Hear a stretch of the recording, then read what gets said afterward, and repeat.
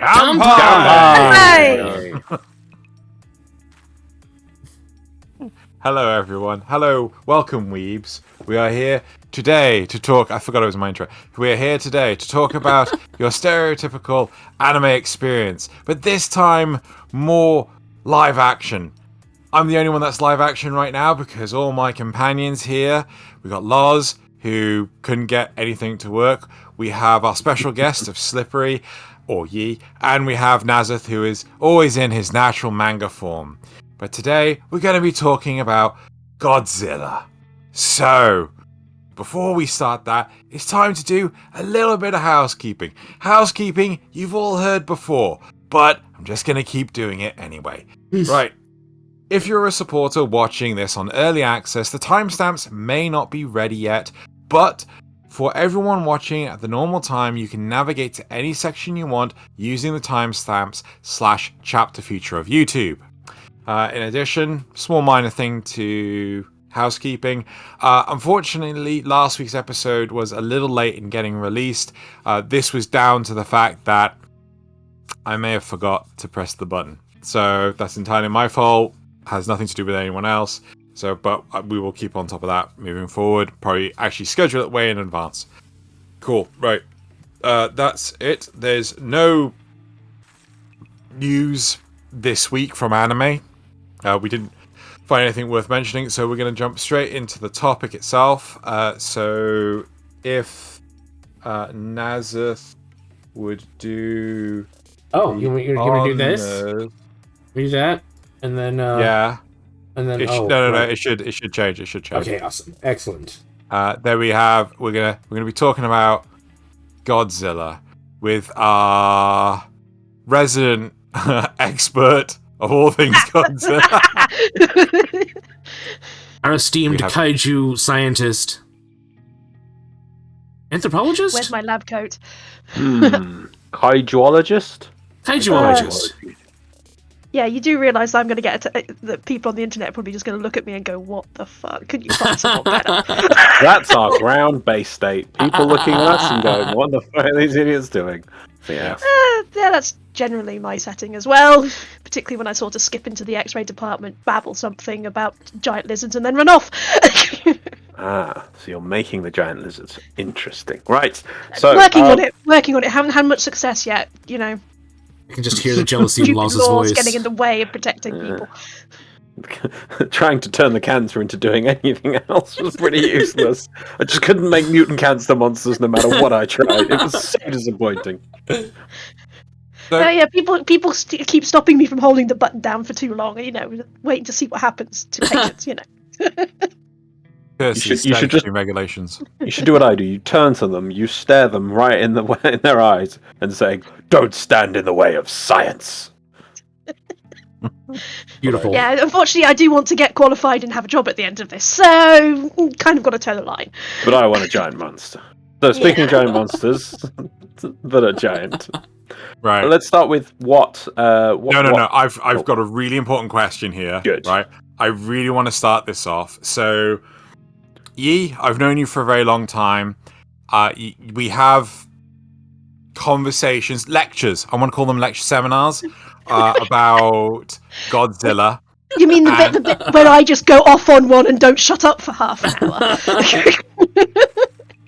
I don't see any problem with this. But I have a really important question, right? There've been instances where you're talking about like the Heisei era, the Showa era. The Showa era, thank you, Nasuth. Like any of the other eras, right? Okay. What is an era? Because we're going to be doing this. We're going to be talking about this a lot. And I want to make sure that the foundation is there for our audience. Because I ain't got a fucking clue. Do you mean like what the term era, or just what the whatever name? Why do they divide them that way? In Godzilla terms. Yeah.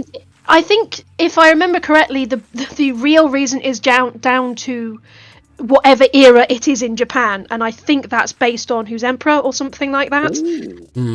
Because we're currently in the Reiwa era, I think it is. I have probably just butchered the pronunciation. Apologies to everybody in Japan.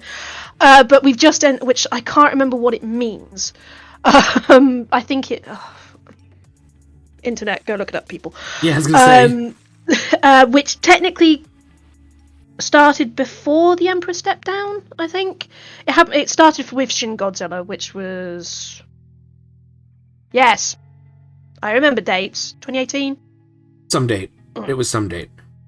It was before all this kicked off when you could actually go to the cinema and get drunk while watching it. Because I saw Shin Godzilla at the cinema, but I'd seen the 1954 film Godzilla a few months before with a whiskey tasting, and believe me, that is the best way to watch a Godzilla film. So, oddly enough, in Japan, the Reiwa era began on May 1st, 2019. However, Toho considers Shin Godzilla. Shin Godzilla. Don't give them ideas. We're already getting Shin Ultraman and Shin Kamen Rider. Yeah. Done by the same guy.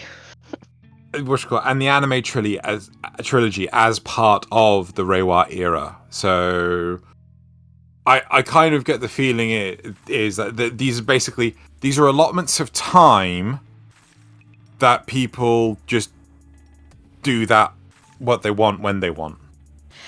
A little bit. I mean, there was a Showa Emperor. Yeah. But the last one was Akihito, I think. It looks like. I think it just it sort of fits into when the films kicked off, and what was going on at the time that made them stand out from each other. So I think the Showa era started in the Showa era of films.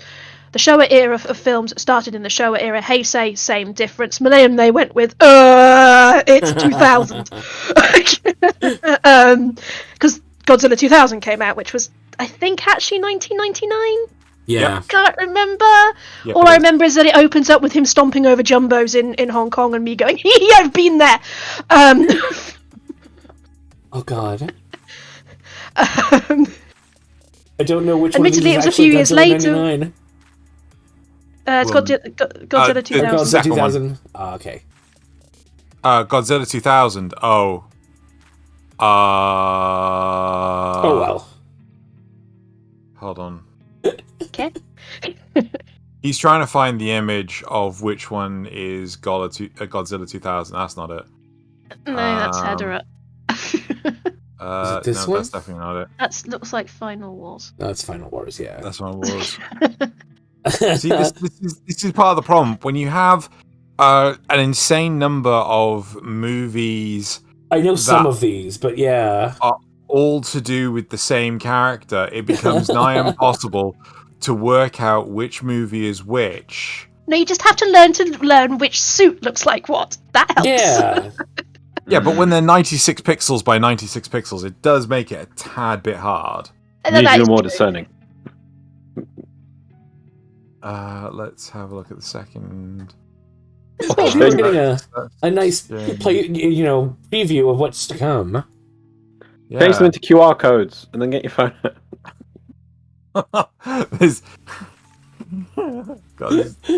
Oh my god, I'm going through literally all of them just trying to find it, and I'm just like, nope. Is that it? Nope. Wow. Nope. Maybe it glitched out and didn't show up for some reason. No, it's gonna be here. It's gonna be. Nope, definitely not that one. Nope. I don't think. I'm pretty sure that's not actually GMK that for the one that had Ghidorah just now, because that doesn't look like the suit. I mean, it looks like it's right. Nasuth. It's the one under all. It's all. Oh, this one? Yeah. No, that's Destroyah. Yeah. Oh. Oh right. Yeah. Oh, that's weird. Time to pause. Pause. No, it's fine. I got it. It's here. Okay. Yeah, but the thumbnail's Destroyah. That's not right. That's weird. What's it called? I'm going to blame Nasuth. Yeah, it's my fault. Oh yeah. No, technical difficulties. Yes. Yeah, technical difficulties. Always a good Gremlin excuse. snuck in and screwed it all up. I think what I should have done is just put years instead of the actual pictures of Godzilla. That would have made life so much easier. So yeah, technical difficulties. But okay. So I want to ask, when did you start getting into Godzilla, and when do you think is a good point to enter the Godzilla franchise? When I got into Godzilla, it kind of spans a bit of time. Technically, I was introduced to it in about 93, 94 when I was starting to be, I was obsessed with Power Rangers and it's just kept going. And I was visiting friends up in Edinburgh, and their dad was massively into anything Asian culture, cinema stuff. And as a result, my friend, he was into Godzilla, and he showed me a bit of Godzilla, and I wasn't taken at the time because it was just like, there's no robots, no sparky things, nobody in spandex. What? I don't know what's going on. It's boring. Yeah, effectively. I don't even know which Godzilla film it was. All I remember is it ends, it was no more than like 5-10 minutes of it. And it's got Godzilla and Rodan and possibly Mothra in it, or it was at least Godzilla and Rodan on a cliff of some description. I think I have seen it relatively recently. Still can't remember what it is. So that was my official introduction into it, but I was like, don't like it. Being the uncultured 9-year-old that I was. The next step was basically the 98 movie. I know people hate it or have a tendency to hate it. I love it. I love it. A hot take. I like it. I love it. It's a dumb action flick. Yeah, exactly. Okay, he's a giant radioactive iguana, so what? It got me into the franchise because around that time in the UK we got stuff being re-released, so you didn't have the films. I mean, to my knowledge, I never came across the films being shown randomly on random channels. I didn't have access to cable or satellite at that point. So the fact that this set of VHSs came out, which covered, I think it definitely had like Invasion of the Astro Monsters, Ebra, Horror of the Deep, Son of Godzilla, and Destroy All Monsters, because I had those ones. And Godzilla vs Megalon, because that was definitely one I owned, because I sat there going, what? To Jet Jaguar, going, what? It's like a Power Ranger, but it's not. With a scary face. It's such a weird one. It's such a weird one. Yeah, gestures at Godzilla. Fair enough. So those came up, but also Sky Cinema Gold or whatever did a day of effectively these VHSs on, and all introduced with Jonathan Ross, and I recorded as much as those. But so that was like getting into the films. I also went out. I'd been in Canada for a few weeks due to my mum getting some money to go, a grant to go out to work at Toronto Sick Kids Hospital as a sort of exchange, and then her going, yes, you, what do I do with you for 3 weeks? I come. And I basically got taken, and yeah. And I went to a bookstore and I picked up a Godzilla book called Godzilla Returns, which I am holding. Not my original copy, I stupidly got rid of it and I've hunted it down since, by Mark Saraceni. And that was it. That was me into Godzilla. I've got compendiums of I think they were released in the 80s, the Dark Horse comics. At least that's who published them, I think, in the UK. Oh no, it's Titan Books. But yeah, Dark Horse did a run of comics in the 80s, early 90s, really? I think. So basically my introduction to Godzilla was not actually really the movies. It was peripheral stuff. So Godzilla Returns, these comics, whatever VHS I could pick up at the time. So yeah.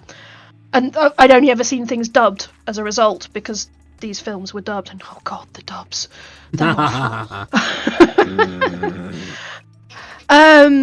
So yeah, that's how I got into it.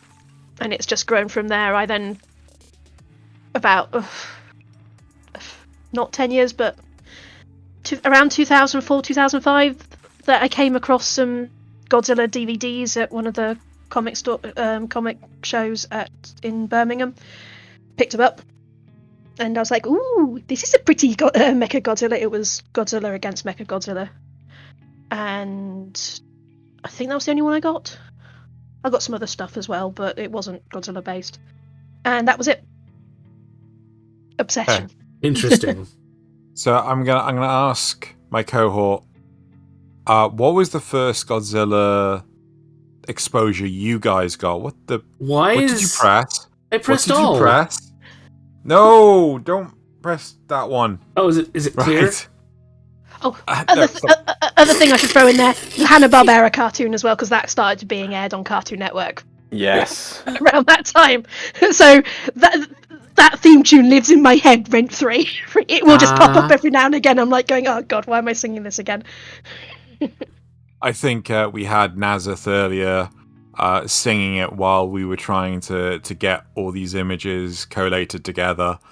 And yeah, so that was a fun experience, shall we say, Nasuth. A friend of mine a few years back sent me when Power Rangers did before Bandai lost the license, they did a collector's range called the Legacy Collection, and they did a Dragon Zord from it, and a friend of mine sent me a video of it just coming up, for supposedly rising up from behind a desk singing that theme tune. I'm just like, awesome. You idiot. That's the one that had Godzuki in it too, right? Yeah. Yeah. Wow, he looks so derpy in this. So going back to my original question to Nasuth and Loz before Nasuth derailed us, what was the first instance of Godzilla you guys were exposed to? I don't. I don't actually remember the very first one. I remember my dad really liked them. So anytime they were on TV, anytime he'd get a hold of a VHS, we'd all basically be watching those. I know I've seen a lot of them. I couldn't tell you by name which ones exactly I've seen, except I know I've seen Godzilla vs. Kong, and I think either Destroy All Monsters or All Monsters Attack, one of those two. So I just want to clarify. You say Godzilla vs. Kong. Do you mean King Kong versus Godzilla? Yes, which is the original one. Yeah. Yeah. Okay. Yeah. Cool. And I'm sure I've seen the original Godzilla at least once or twice. Yeah. What about you, Loz? The 98 film, definitely 98 film and the cartoon. My first ones that got me into seeing things with Godzilla. Which are you going to talk about the film and how they've slightly absorbed that into the mythos? Oh, I love that. Yeah, we can totally talk about that. Do we want to talk about that specifically, or do we want to talk about the 98 film first? Yeah, just talk about the 98 film. Yeah, what do you want to? Because I know it's not seen as properly canon, and it's just they probably looked at it. Oh no, look what the West does to our lovely franchise. And just as I'll come back to it, but I know that they've adopted the character, which they refer to it now as just Zilla, because they say it took the god out of Godzilla, so that's why it's now just referred to as Zilla. It seems that it's had a few incarnations coming through. The first one, it is like this almost cowardly monster that Godzilla just beats the hell out of, but then it has appeared later, and I do think it's like they're slowly accepting it as this it's just on the side now. It's just this other character we can just chuck in at times. Yeah. Well, they actually liked the design of it. Toho did like the design of it. I think it was. I think the monster designer is like one of the people they've invited back and gone, look, we like you. Yeah, it's to do with the plot and things that missiles can hurt it and they kill it with just trapping it on a bridge and things. It's like, that's not Godzilla, as I say, take the god out of Godzilla, Yeah, but the cartoon was amazing. The cartoon, oh god, I can't remember. God, I can't remember. It must have had 1 or 2 seasons, but it just had so much in there. I love that cartoon so much.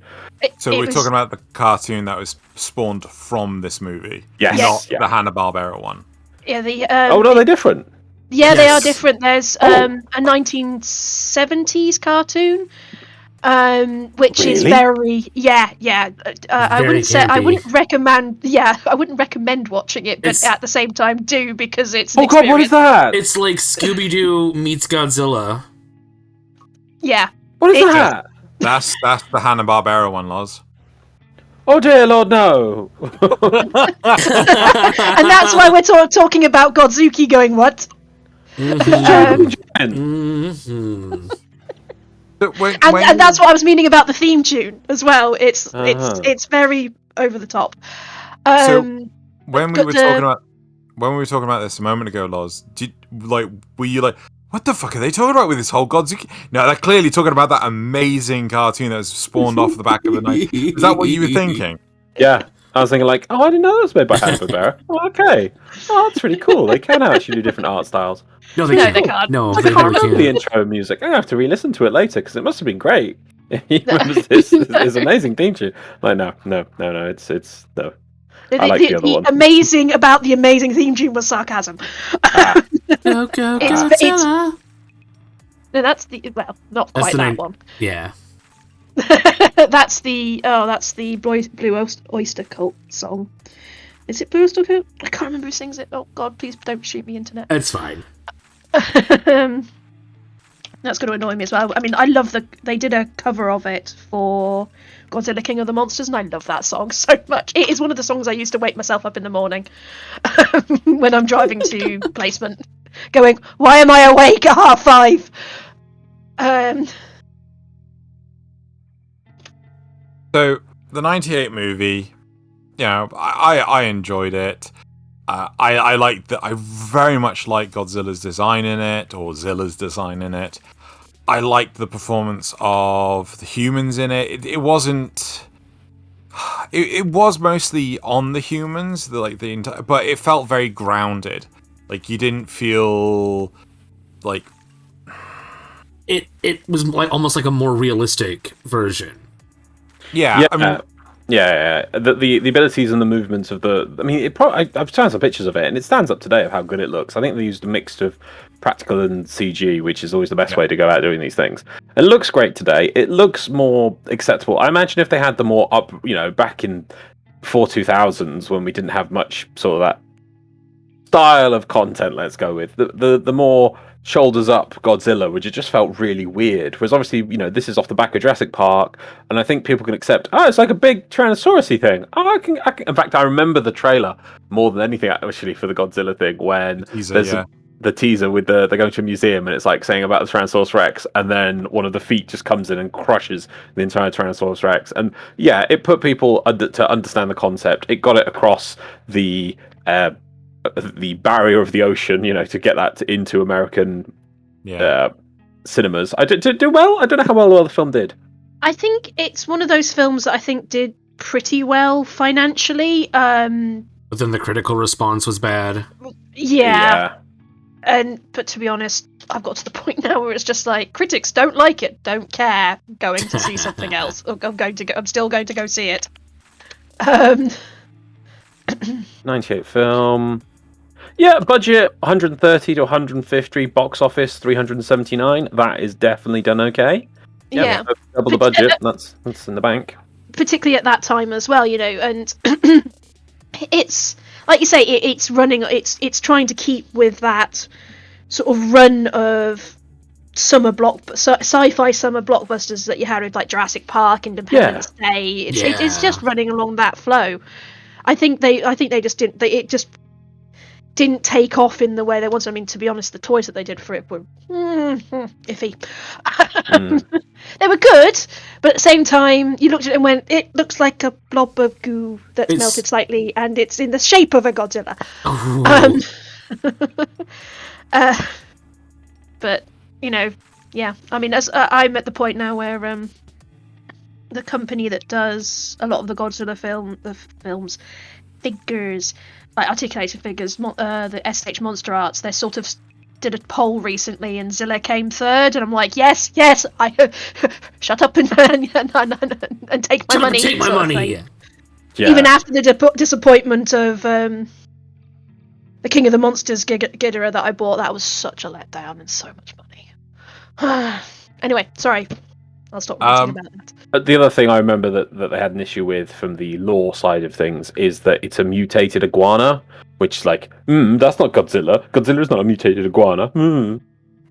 Yeah, what was he originally? Because he was created by the atomic bomb, wasn't he? It's never really explained. It's one of those ones that's been sort of left open. In the Heisei stuff, I think it is. It's he's a mutated version of Godzillasaurus Rex or something like that. that lived on an island near where the bomb was dropped, and that's what mutated him. Because there's time travel at some point. Right. So he was a different kind of kaiju. Yeah, and it's like he's a mutated dinosaur in that one. Why can't he be a mutated smaller dinosaur? Yeah. But people like their things. So, I think we could continue praising and championing on the 98 movie. I'd like to take us in the direction of either the 2014 one, which is the next American one, or was it Final Wars where Zilla turns up? Zilla turns up in Final Wars, yeah. Yeah, so I'm happy to take it in either direction. However, I want to give you the opportunity, if there's anything else you really want to highlight from the 98 movie. I love the puppetry that they did with the mini Zillas, but is there anything you guys want to highlight before we move on? Not that I can think of. I think I'd say we've sort of gone into, like, that you had the film. I mean, and then it spawned that cartoon series, Godzilla the series, and again, that still holds up. I managed to pick it up on DVD a year or so ago, and it's such a good show, and I wish that that had been able to continue. So even if people don't like the film, generally, sort of, there seems to be good feelings towards that series because it sort of went, this was good Godzilla. So, yeah, I think we've pretty much hit all the bases. Okay, right. So I'm going to suggest let's talk about Final Wars first. I took the opportunity to find what the fuck is that thing? That's Gigan.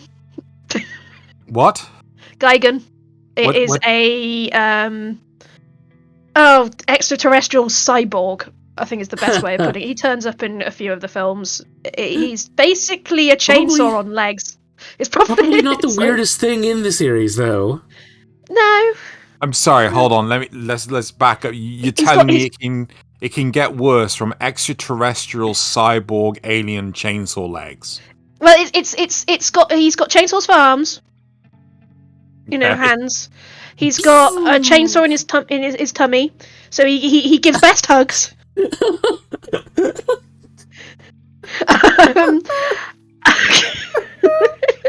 He looks a bit like a turkey, but skinny, and he's got these flappy things on his back. Yeah, I remember I used to have a toy of him when I was a kid.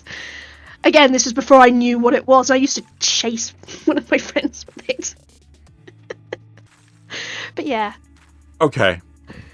What is the premise of Godzilla Final Wars? We're probably going this all over the place, but Godzilla Final Wars, and how is Zilla involved? Okay, how do the... Drugs! Drugs is the premise. We're going out with... The makers were on drugs.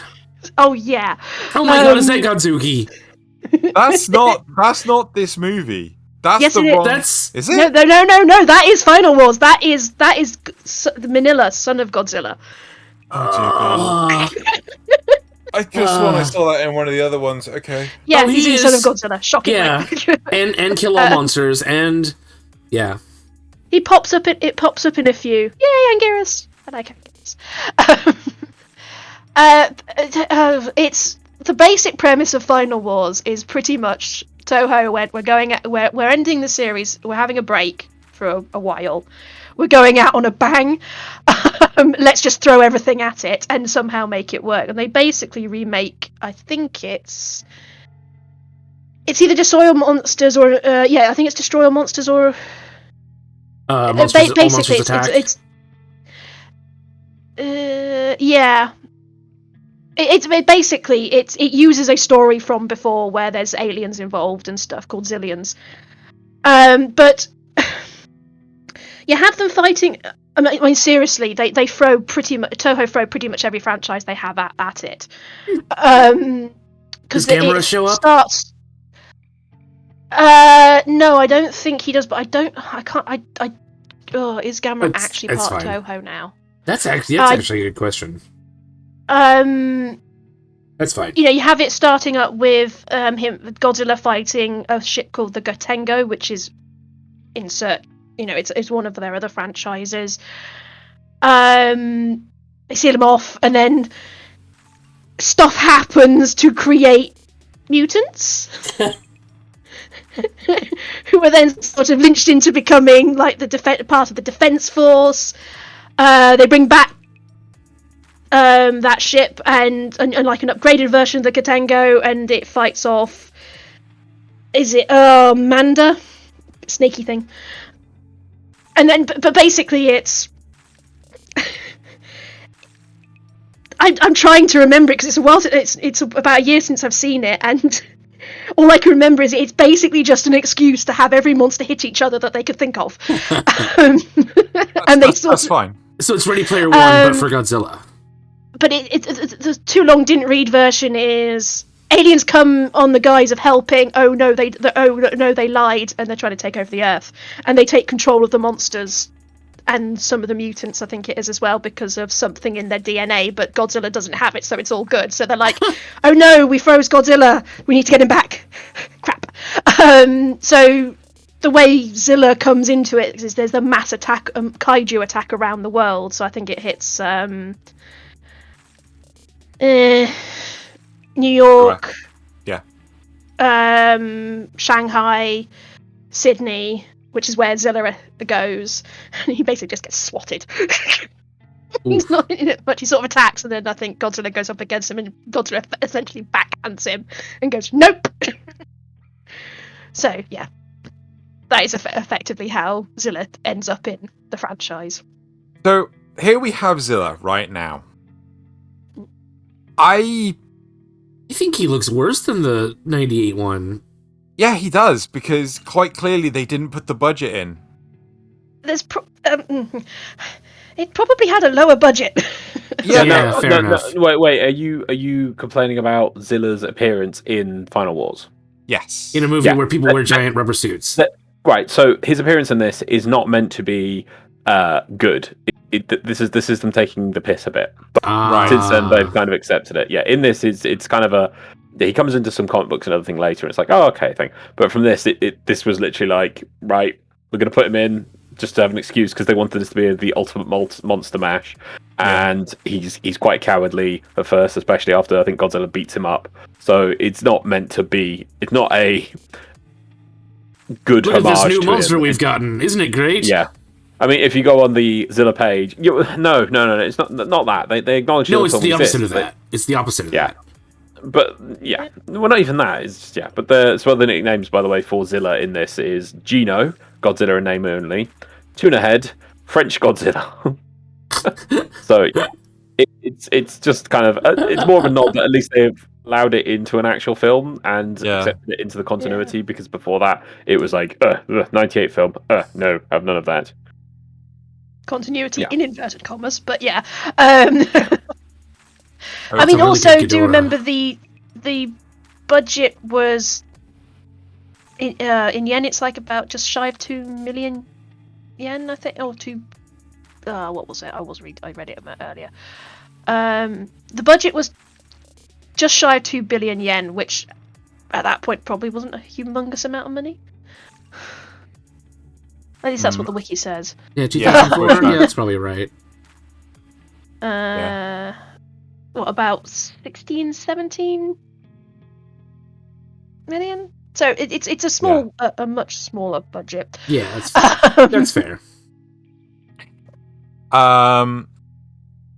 Okay, so this was them going out on a big bang. They may at least had some sort of like general respectful nod towards Zilla even existing, which is respectful, unrespectful. Yeah, pick a word. Yeah, backhanded compliment. Begrudging acknowledgement is what you should be giving it. Sure. So there we have Final Wars. What direction do we want to take this in? Because, again, I'm interested to talk about the 2014 one because I have experience with that. But if you guys have anything that you want to bring forward, shouldn't we talk about the original at some point? The one that spawned it all? Well, we could go two ways. I'd argue here. We could either go and have a chat about the very first Godzilla film, or we could move on to the 2014 because that was after Final Wars. There was a 10-year break, and that is what broke. Well, that does seem like the more natural order to go in then. Well, I want to point out before we get to we might as well finish off the Western films and then we can go back to the original Japanese and go from there. I just want to point out in 2011, the reason why I learned the most I know about Godzilla, or started knowing about it, was because of the episode done by the Angry Video Game Nerd on Godzilla games. Because he loved Godzilla as a kid, and he goes through and plays the games that he had from the 90s that he actually had access to, and they're all awful. Awful. And that's why I learned the most about all the different monsters and everything. And then later on, at the end of the episode, he plays more modern games, because he released that in 2011, so he starts playing like the PlayStation 2 and Xbox games. And he says, "Why didn't I grow up with these games? They're so much better." So that's what I learned. It's a great little episode, and that's why, I started learning a bit more about Godzilla, and I looked into it after that. And then we had, let's move on to the 2014 film. Yeah. Right. Okay, all in agreement. 2014 film. 2014 film. 2014 film, because that will just start with me going, "Oh my god!" Oh, you too, right? I want to love this film. I should love this film. I love the start of the film, and then I want to bash the main character's head in with a plank because that would have been more interesting. I know there's people who love it, and I'm just like, no. Yes, it's Godzilla. Yes, it's a more traditional rendering of Godzilla. I don't like being caught. It's just a monster tease. It's like I want a Godzilla film. Godzilla film is monsters hitting each other. I don't want to have look, it's the monsters. Look, it's no. Look, it's the monsters. No. Look, it's the monster. No. No. And then following, I really liked Bryan Cranston's character. I thought that was interesting. I was invested in him, and then they kill him off and give us his plank of wood for a son. Yeah. And his derpy wife with his obviously love child with some because that is not his son. So, well, clearly they kidnapped him. So I'm gonna suggest, right, that Loz, do you fancy giving a bit of a synopsis on what's called the 2014 movie? Do you feel up to doing that? Oh, I can try, but I'm not going to quite remember what Bryan Cranston was doing. But still, it starts out in Japan with Bryan Cranston. Before that. But, okay, so because I want to. It's really interesting. So in these kind of things, in things like Godzilla films or kaiju films, and I also want to point out Transformers films or anything like this, it's a really tricky balance you have to try and get, because normal people can associate better with the human aspects of the films, but some people who already know what's going on just want to see the giant monsters punching each other, right? So it's always a tricky balance to try and put both these things. And I think this film was really interesting because it showed how to do it correctly and how not to do it correctly for the human side of things in one film, which was incredibly just insane. So you start off in Japan with Bryan Cranston's character. I can't remember his motivation, I'm afraid, but he's researching some sort of energy pulse or something. No, he's not. It's his wife. Right? His wife. His wife was at the nuclear reactor. They were getting this weird shenanigans going on, and effectively something was coming for the reactor, and they had to shut it off before it melted down. And she ends up sacrificing herself in order to prevent it from melting down when it was destroyed. Right. Yeah. And then he gets obsessed with that. I swear he's obsessed with some sort of signal or something. It's basic. It back to the reactor. If I remember correctly, it's essentially humans have mucked up and have disturbed the Muto. and it's going num num num, want that. Yeah, so want nuclear stuff. It goes stompy stompy stompy stompy. Oh, nuclear reactor. Num num num num num num num. Yes. So one kaiju appears, which is these. Yeah. I think they were new for this film, called the Muto. And one goes and sits in the reactor because they feed off nuclear energy, and then it leads to Bryan Cranston, a really good introduction. And you are rooting for this guy. You're really interested. He's a compelling character, and then he sort of gets killed off or whatever. And one Muto is freed, and it's signaling to another one because what these animals want to do is there's two of them, and they want to mate to make more Muto, and they're the only of the.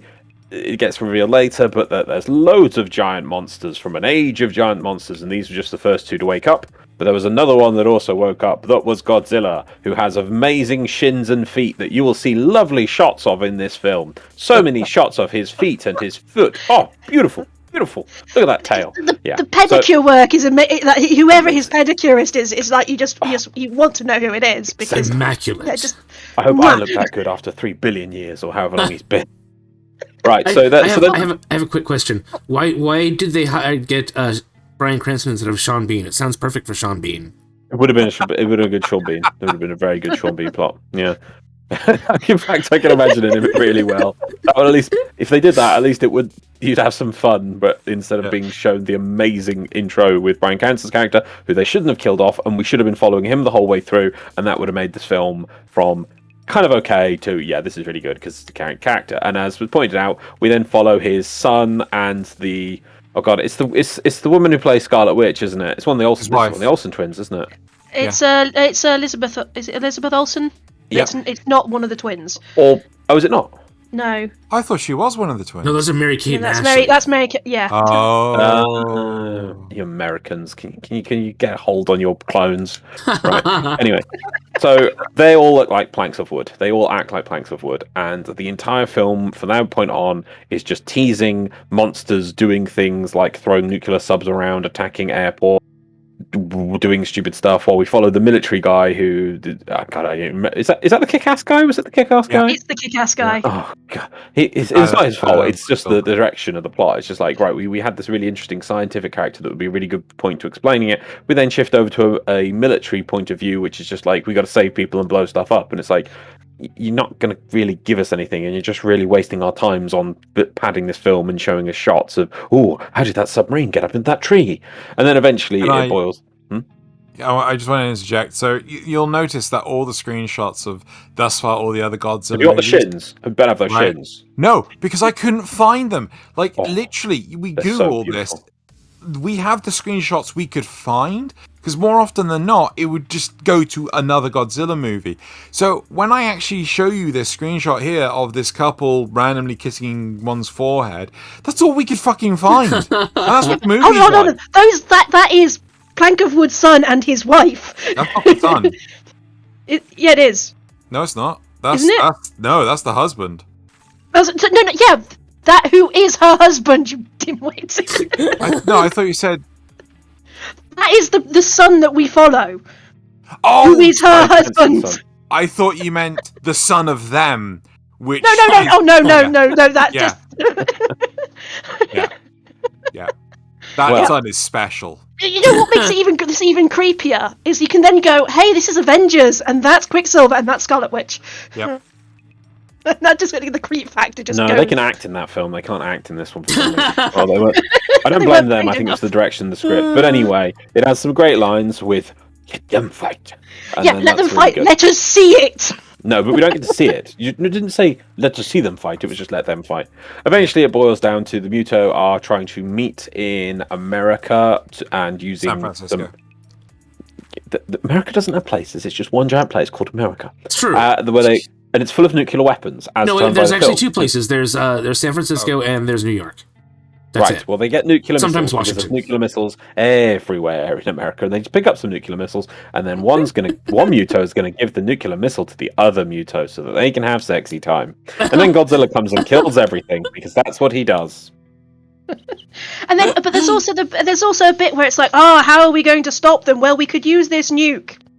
Yes, but if we let the nuke explode, even if we get it to this point that we're pointing at, it'll still irradiate the West Coast.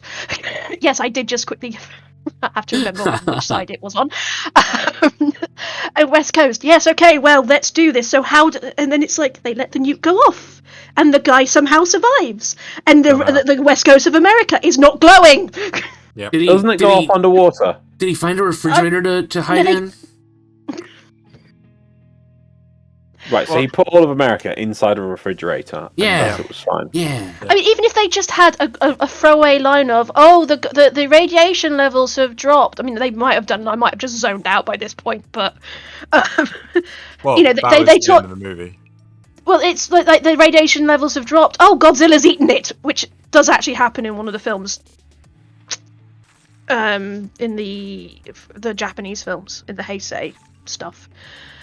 Well, in the next film, they literally they just put a nuke right next to Godzilla and blow it up, so it's all good. Yeah, I mean, but you know, in the first film, it would have been like that would have been, you know, the 2014, just explaining why, you know, there wasn't, you know, it was no longer, why it was still somehow possible to live on the West Coast of America after they said explicitly in the film that it was going to be irradiated. Remember when the lesson of Godzilla was that nukes are bad? What happened to that? I think it got lost somewhere down the line. We need to watch giant monsters punching each other. That's where it got lost in. They punch each other. The film ends after they punch each other. And Godzilla punches them, and it's like, no sexy time for you. And then he goes to have a nice cold bath to cool himself off. Yep, that's the end of that film. They made 2 sequels. They were good. Unfortunately. Yep. Hey, King of the Monsters was good. Yep. Apart from was okay. The human characters again. I see it as no worse than some of the stuff Japan's vomited into their films at times. I found it bearable enough. I was coming at it from a look at all the references. They're just going for it with the references. Just Oxygen Destroyer. I know what that is. Yeah. Well, it makes no sense. But there we go. Before we got this in this film so far, I do know that the Japanese response to this version of Godzilla, they refer to it as Fat Godzilla. Yeah. Chubby Godzilla. They're like, Godzilla's eating a bit too much. I cannot believe this body shaming. Man, Japan. Come on, guys. I mean, you'd think they'd be a bit more positive, seeing as one of their national sports is big chunky guys grappling with each other. You know, it's Sumo Godzilla. Go for it. Oh, maybe you're right. Maybe you're right. It's a positive compliment. Exactly. Yeah, he was Sumo Godzilla. Yeah, exactly. Yes, good thinking. So, anything we want to say about what did we all feel about that 2014 film? Did we like it? Did we what from it? What? That film in particular, before the sequels came out, what did we feel? Yeah, I think that's the worst one. I was disappointed in it. Let down because again, I remember the teaser trailer where they're jumping out the plane and they're sort of falling and stuff, and that was just like he comes out of the smoke and the darkness. I'm just like, that's cool. I want to see this film. I remember being excited by this film, and then coming out of it. And one of my main memories of it now is there's a shot in when they're doing the evacuation on the buses, and I just remember that there's like a good 30-second long shot or something like that of a door of a bloody school bus, and I'm just like, why am I watching this? I'm meant to be seeing monsters stomping around or hitting stuff or just something. Why am I staring at a door? Why am I torturing myself? The non-monster elements to this film was massive. You don't actually get to see Godzilla, his face, for the first half of the movie. It takes forever to actually see him. You get shins, you get shadows, you get tail whips, right? You see Godzilla in 98 before you actually see the bloody Godzilla in this one, right? It takes forever. And then the combat is so, because you spend so much time with like the Mutos, right? The exploring of like the base in Arizona for like the egg that was there, and you got to go look at the train ride where we're escorting some nuclear missiles on a train, and then we're talking about dropping it was like, for the love of God, just bloody put Godzilla on punching stuff, please. I don't care if he's just punching buildings. Just put him on. Yeah, it's just like, just to have him stomping through. Can we see what's going on with the title character of the film?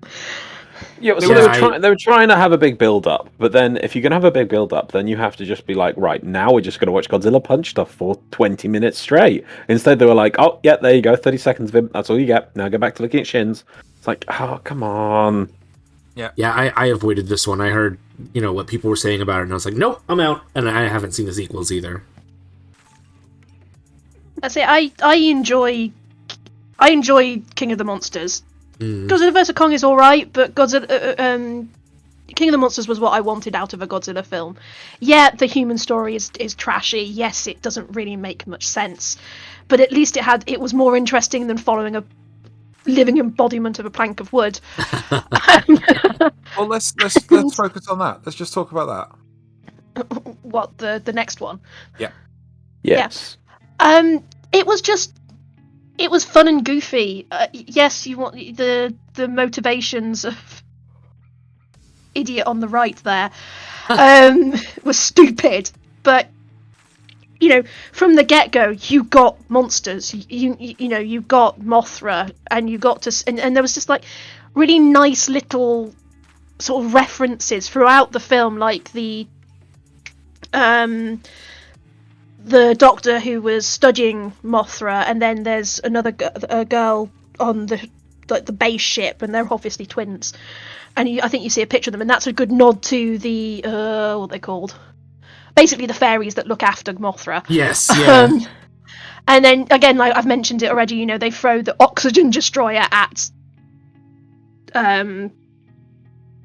Ghidorah and Godzilla at one point, and that's a really nice throwback to the 54 movie, because that's how they kill him in the 54 movie. Godzilla, I mean. It makes no sense, but you sort of just turn brain off now, pick, and things like that. And it was just nice to see the monsters. So you got to see Ghidorah. I wish we'd had a bit more of the Titans being the stuff from Toho, but I don't know whether that was a rights thing. But we got, I think there was like a giant spidery type one, which is meant to be Kumonga, or at least a hint to Kumonga. But I would have liked to have seen something like we got Rodan, which was cool. I would have liked to have seen Anguirus. I don't know why I like him. He's just cool. Spiky ball of death. So I felt like they did a pretty good job of capturing the essence of a Godzilla film, more modern Godzilla film. Really gonna have to check that out. Fun. Oh yeah, just skip the first one and go straight to that one. That one is just so much more fun. It doesn't take it. Is there anything I need to know from the first two? No. Other than first two. First two. What? Oh, he means first one. Wait, yes. Sorry, the first one. Yes. You get all of the story that you need in the film. You don't need to have seen the first one. Excellent. It harks back to the first one in the beginning because of the motivation of some of the characters. Oh, it's a really she says, cool trying Ghidorah. to avoid going and stuff. And it's got a really cool design of King Ghidorah. Yeah.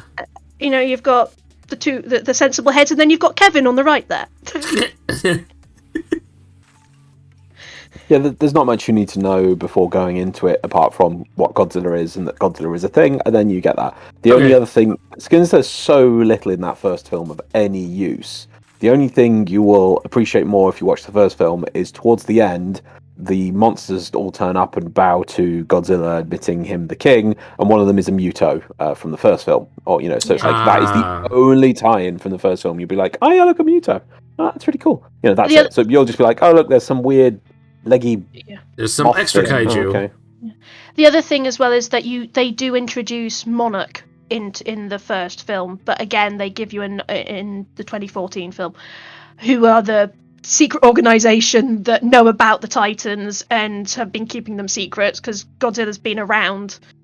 I think they say in 2014, or they may reiterate it in King of the Monsters, is that the reason why they were doing the nuclear tests in the sort of around the Pacific Islands was because they were trying to blow him up.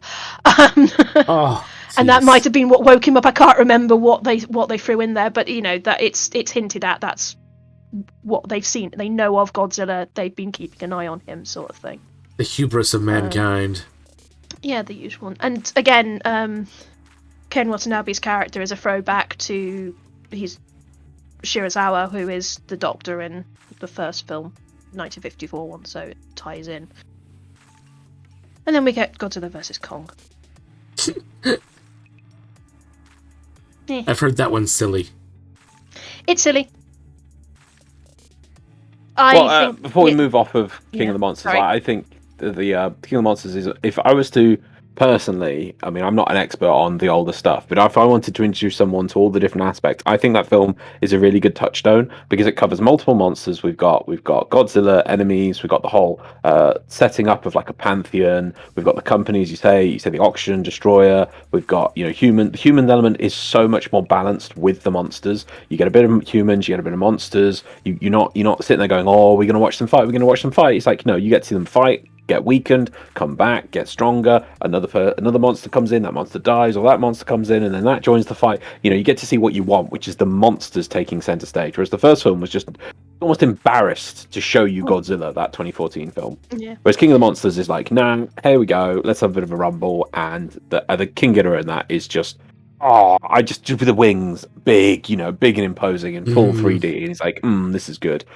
But the one thing that I would say, and this is something I'm going to bring up in the CG films later, that I hate when I know that they try and copy this sort of. The original thing is supposed to have a bit of a hidden subtext of what is Godzilla. Is it like the threat of nuclear weapons? In fact, while I was flicking through, I saw another take that the original film that Godzilla was supposed to represent the Americans. That it was like a sleeping, slumbering giant that Japan awoke, and then it was just unstoppable as it crushed into Japan. So there's multiple ways you can see what the original Godzilla was, but it's supposed to mean something more than just a big giant monster. So this film, I hated the whole subplot with the female woman mum or whatever it was, and I think she lost her daughter. Woman. Son. It's a son. Oh, she has no elements. That all she is. I can just give her a point. And she's like, and thus all of humanity must be punished because. How did she lose her son? Was it because of Godzilla? Yeah, in San Francisco. Oh, God. Oh, yeah. And so now I'm going to ruin everyone's Sunday. I'm going to kill everyone on the bloody planet by unleashing these giant monsters because I lost my son. That seems reasonable. Yeah. It was not an overreaction at all. No, not at all. Yeah, perfectly reasonable thing to do. Yeah.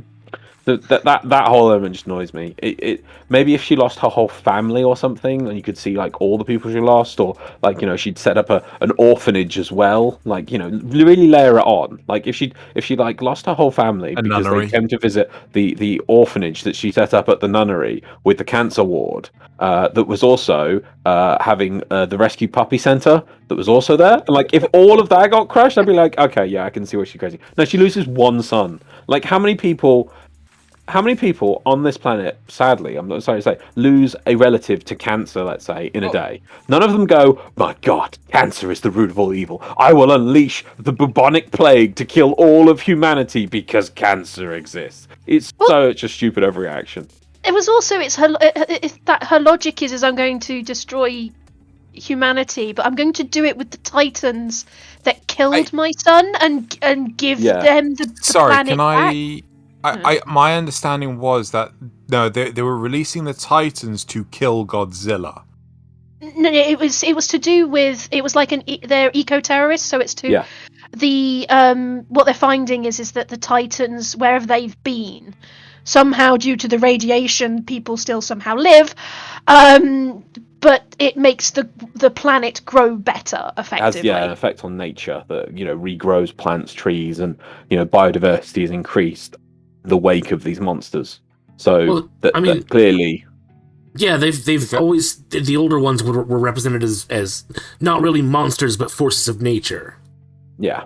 So it kind of makes sense. So go find Godzilla's toilet and then collect some fertilizer. Yeah, no. Yeah, basically. Yeah, exactly. See, that would be the actual modern scientific way of thinking about it. It's like, okay, so what is it about these giant creatures that is having this effect on plants, and can we replicate it? Not, oh my God, this is a sign that humanity is bad because of global warming and we need to be eco-terrorists and get rid of humanity so that the planet can heal. Sorry, it's a real bad radiation and put out good radiation. Oh my god!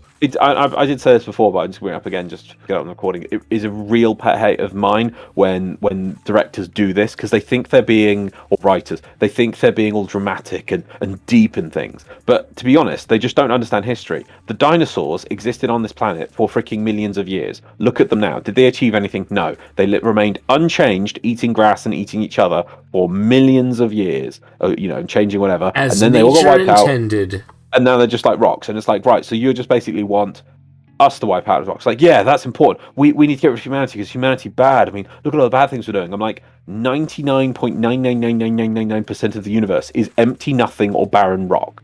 We are one of the few things in the universe that is amazing and unique, as far as we can tell. So if you just like, we've got to get rid of humanity and return to barren rock, you want what does that achieve? We need to progress humanity. We need to understand. We need to improve. We need to get into space. We need to change the universe. Like, no, we're bad. Plants better. It just really annoys me, this bare bones basic eco approach of things. It just and that when they subvert these cool giant monsters to try and push this approach, it just really boils. It just really annoys me. It just grinds your gears. It grinds my gears. So let's move the grinding gears to the Kong film. Actually, no, I'm going to deny you. I want to move on to the first of the animated movies. No, I'll save for that. I'll save my mind. Get finish the last of the. You sure? Run. Yeah, finish the last run, then we can move on to those animated films. Can we take a small break though? Because we can pause with the power of science. He's looking for the controls. There we go. Welcome back. Cool. So he's now going to talk about Godzilla versus Kong. There we go. Go ye. Okay, right. So we've had King of the Monsters, so we should probably segue into Godzilla versus Kong because it's the sequel. And yeah, it was all right. It's obviously been set up because the Kong Skull Island is part of the Legendary's Monsterverse, and they mentioned Monarch and whatnot all the way through it. So of course they all lined it all up to go with Godzilla vs Kong, it's all right. It's still better than 2014, but it wasn't quite as good as King of the Monsters. Mainly because this is where they got it wrong with the humans in my mind. I just didn't care about any of them. It's like they've obviously had a contract with Millie Bobby Brown going, you need to do another monster film with us. And she's gone, all right. And I think, and they just sort of, I'm fine with crap plot to move it along, but if it makes no bloody sense, fine, whatever. But this one was just irritating. There were things that they put in there, like with Mechagodzilla, and bits that just made no sense. Because it's like, they just didn't explain things, and the directors even said they didn't bother. It's like, that's not a good sign, guys. Each other. And didn't really care why. It's big. I'm fine with, I'm fine with, yes, I want monsters to hit each other, but if you're going to give us some plot, at least have it make sense. Kind of make it, at least explain things. Like, why the hell is Serizawa's son controlling Mechagodzilla? Why is he working for the bad guys? What is his motivation? Can we have something? Just a throwaway line to go, oh, my dad ignored me as a child, so I don't like Monarch. Even that would have been something. And it's like, you've got, why is Ghidorah's skull there? What is that doing? Why is it? How is it linked to Mechagodzilla? Other than there's wires on it, and he's sitting there in a computer looking a bit like a DJ trying to control it. They could have linked it back to. They could have made, from my perspective, they could have made a really nice sort of reference to the Godzilla against Mechagodzilla and Tokyo S.O.S, where the Mechagodzilla it's built from the remains of the original Godzilla. Spoiler alert, but there you go. And of course it goes wrong. Because when would that be a good idea? That would have been a nice way of doing it, of, we're powering it somehow through this skull, which they had a throwaway line in King of the Monsters going, Ghidorah is an alien, effectively. Okay, sure. Why not? Why not? And, they could have just lumped it in with that sort of, wibbly-wobbly mumbo-jumbo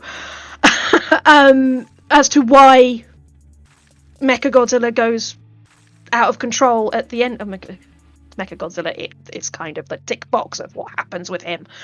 And I like it just felt like they just went, let's throw whatever we can at the wall and see what sticks, and they didn't do a very good job of it. So, still fun in some ways. To me, this movie needed at least another 30 minutes. And they needed to seriously get rid of the Goonies element, right? So Millie's her character and her.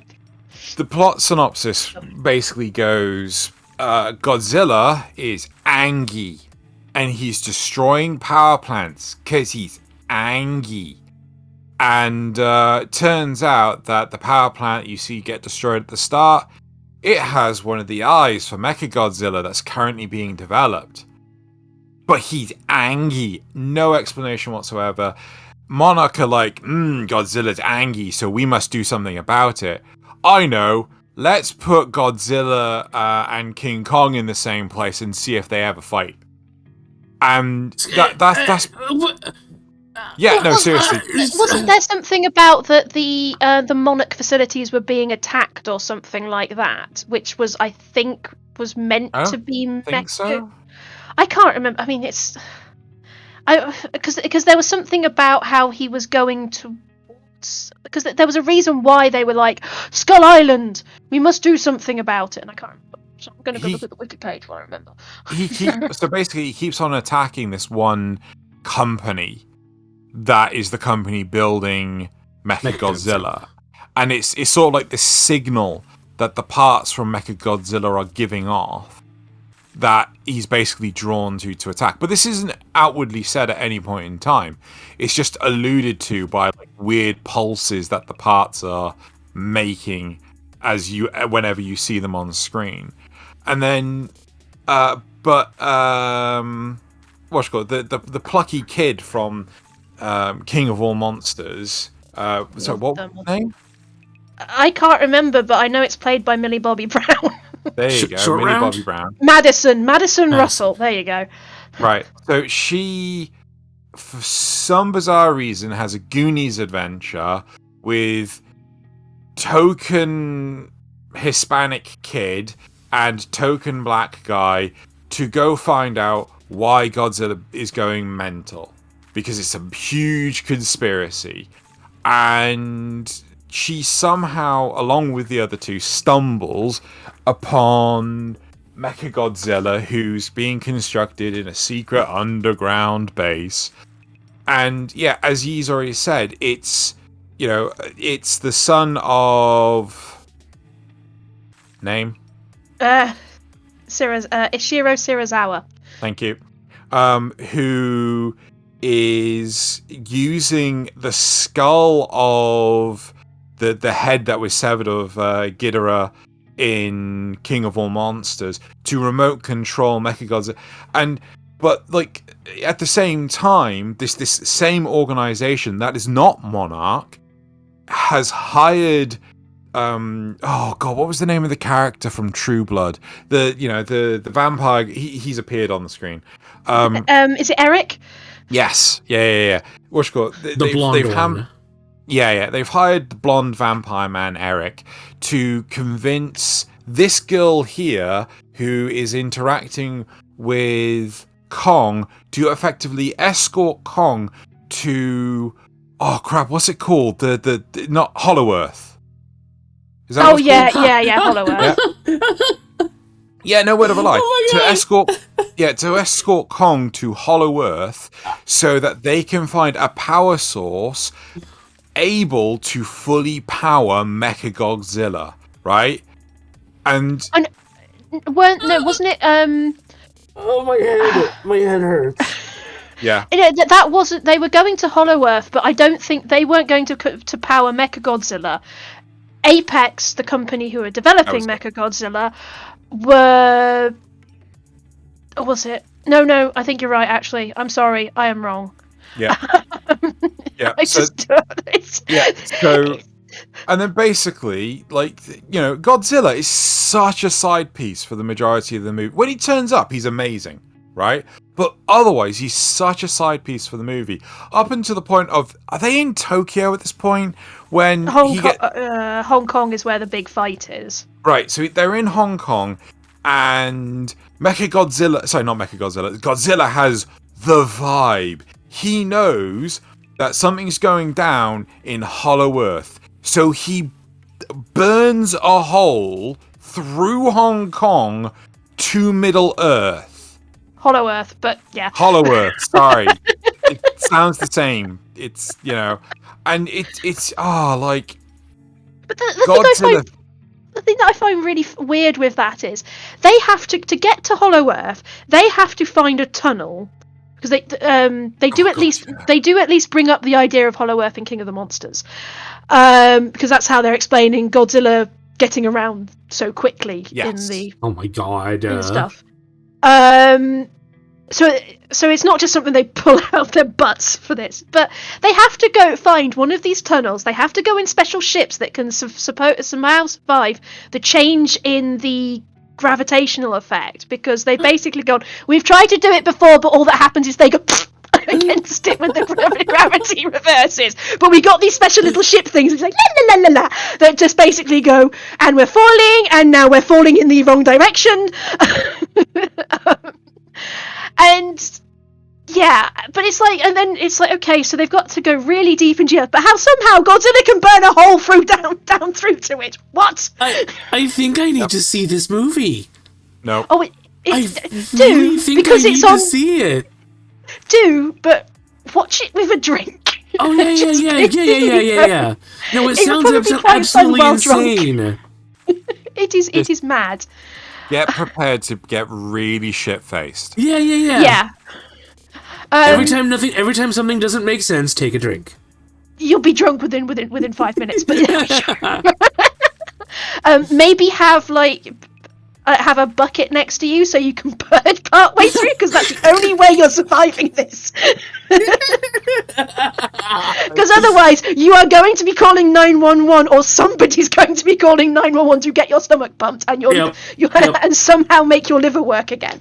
The problem with this movie, and I can't speak for the original King Kong versus Godzilla, but the problem with this movie is that it had to do what Aliens vs Predator did, right? Where it's like there's 3 parties involved, and I remember the tagline for Aliens vs Predator: "Whoever wins, we lose," right?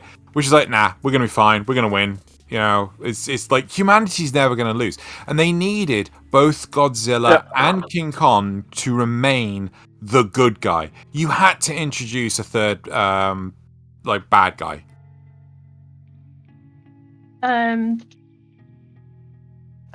Yeah, I agree with that, because it was like the fandom beforehand was going. It really split the fandom of who's going to win. It's like it's going to be a tie. I mean, it technically wasn't. It technically was Godzilla basically going, "Ha ha, beat you" at the end of it. But that's only because, Mechagodzilla came in and twatted them both upside the head several times. But they basically ended as sort of begrudging friends. Sort of went, okay, I respect you, I suppose. Both of them sulked off. But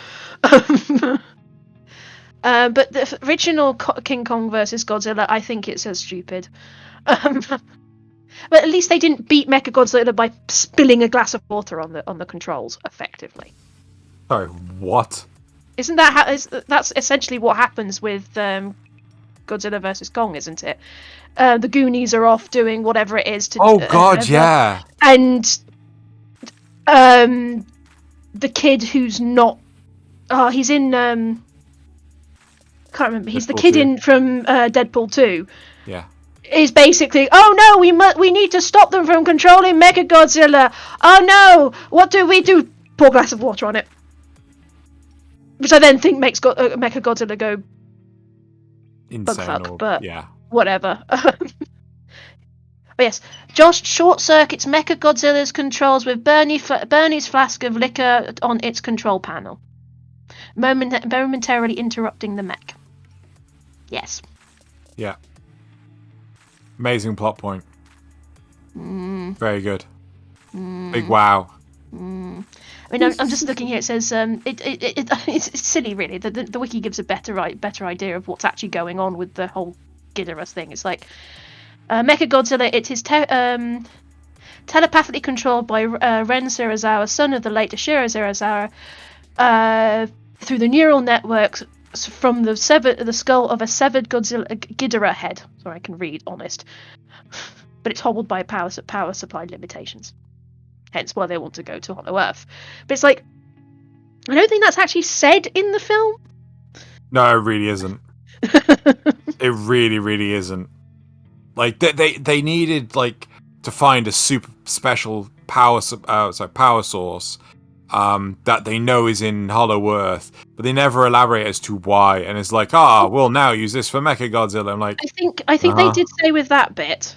They didn't explain what the hell is going on with the Ghidorah skull. That would have been nice. Oh yeah, Again, yeah. They did say that they wanted to get the power supply, but it was the power supply so that they can actually do it, to control it properly. But they employ Eric the vampire to do that with the sort of the what's the word? I know English. No, I don't. Sort of under the guise of, oh yes, we're taking Kong to his ancestral home, so he can go home and be safe from Godzilla because he's being nasty or something. Oh yes. And then it's like, ha ha ha, we found the thing and we're somehow going to upload it. Yes. Yeah, that's right. They scanned the power source and then uploaded it Via Wi-Fi. Via Wi-Fi through Hollow Earth. Actually, I think they were using 5G at the time. I think Loz has died. Sorry, no, I'm back. I'm here. Okay. I'm here. I just had to shut my brain off to protect myself from some of what you said there, because otherwise I would be in brain soup. So I then decided to quickly just catch up again on the 3 movies I'll be talking about and regain some hatred, because that keeps me going. Okay. So that's the MonsterVerse stuff. And now it has ended, never to be seen or heard from again. I hope. Well, they always come back, Xeno. Well, Legendary don't have the rights anymore.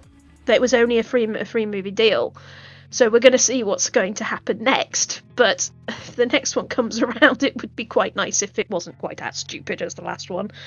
I do remember that. What's his name? Oh God, who's the guy who did the first Pacific Rim and Hellboy? Guillermo del Toro. He said he would love to do Pacific Rim versus Godzilla. Oh, yeah, that'd be so good. I don't know if you know, but it was leaked, or he was in an interview where he basically gave a synopsis of his second Pacific Rim film. It was nothing like the one we got. Well, of course not. The one. Yeah, it was basically it involved time travel, and it turns out that the precursors are actually us, but in the far, far future. Ooh.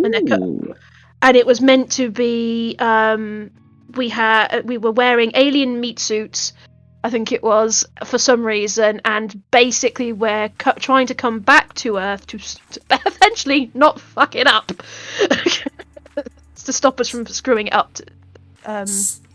So they're killing people to save people? Something like that. It seemed a little bit... It sounded interesting, but at the same time sounded a bit That's better than what we got. Yeah, I imagine it'd be a bit hard to play that across in a small interview, whereas the full film would have probably fleshed the concept out. Yeah. And girl, is it Mako Mori? Yeah. She would have been a large part of it. Yeah, I love how they just killed her off. It's like, why did you do this? Oh, we're gonna stakes. Like, no, you're being stupid, film. It's like we didn't want her to be the focus because reasons. Probably money. We want it to be.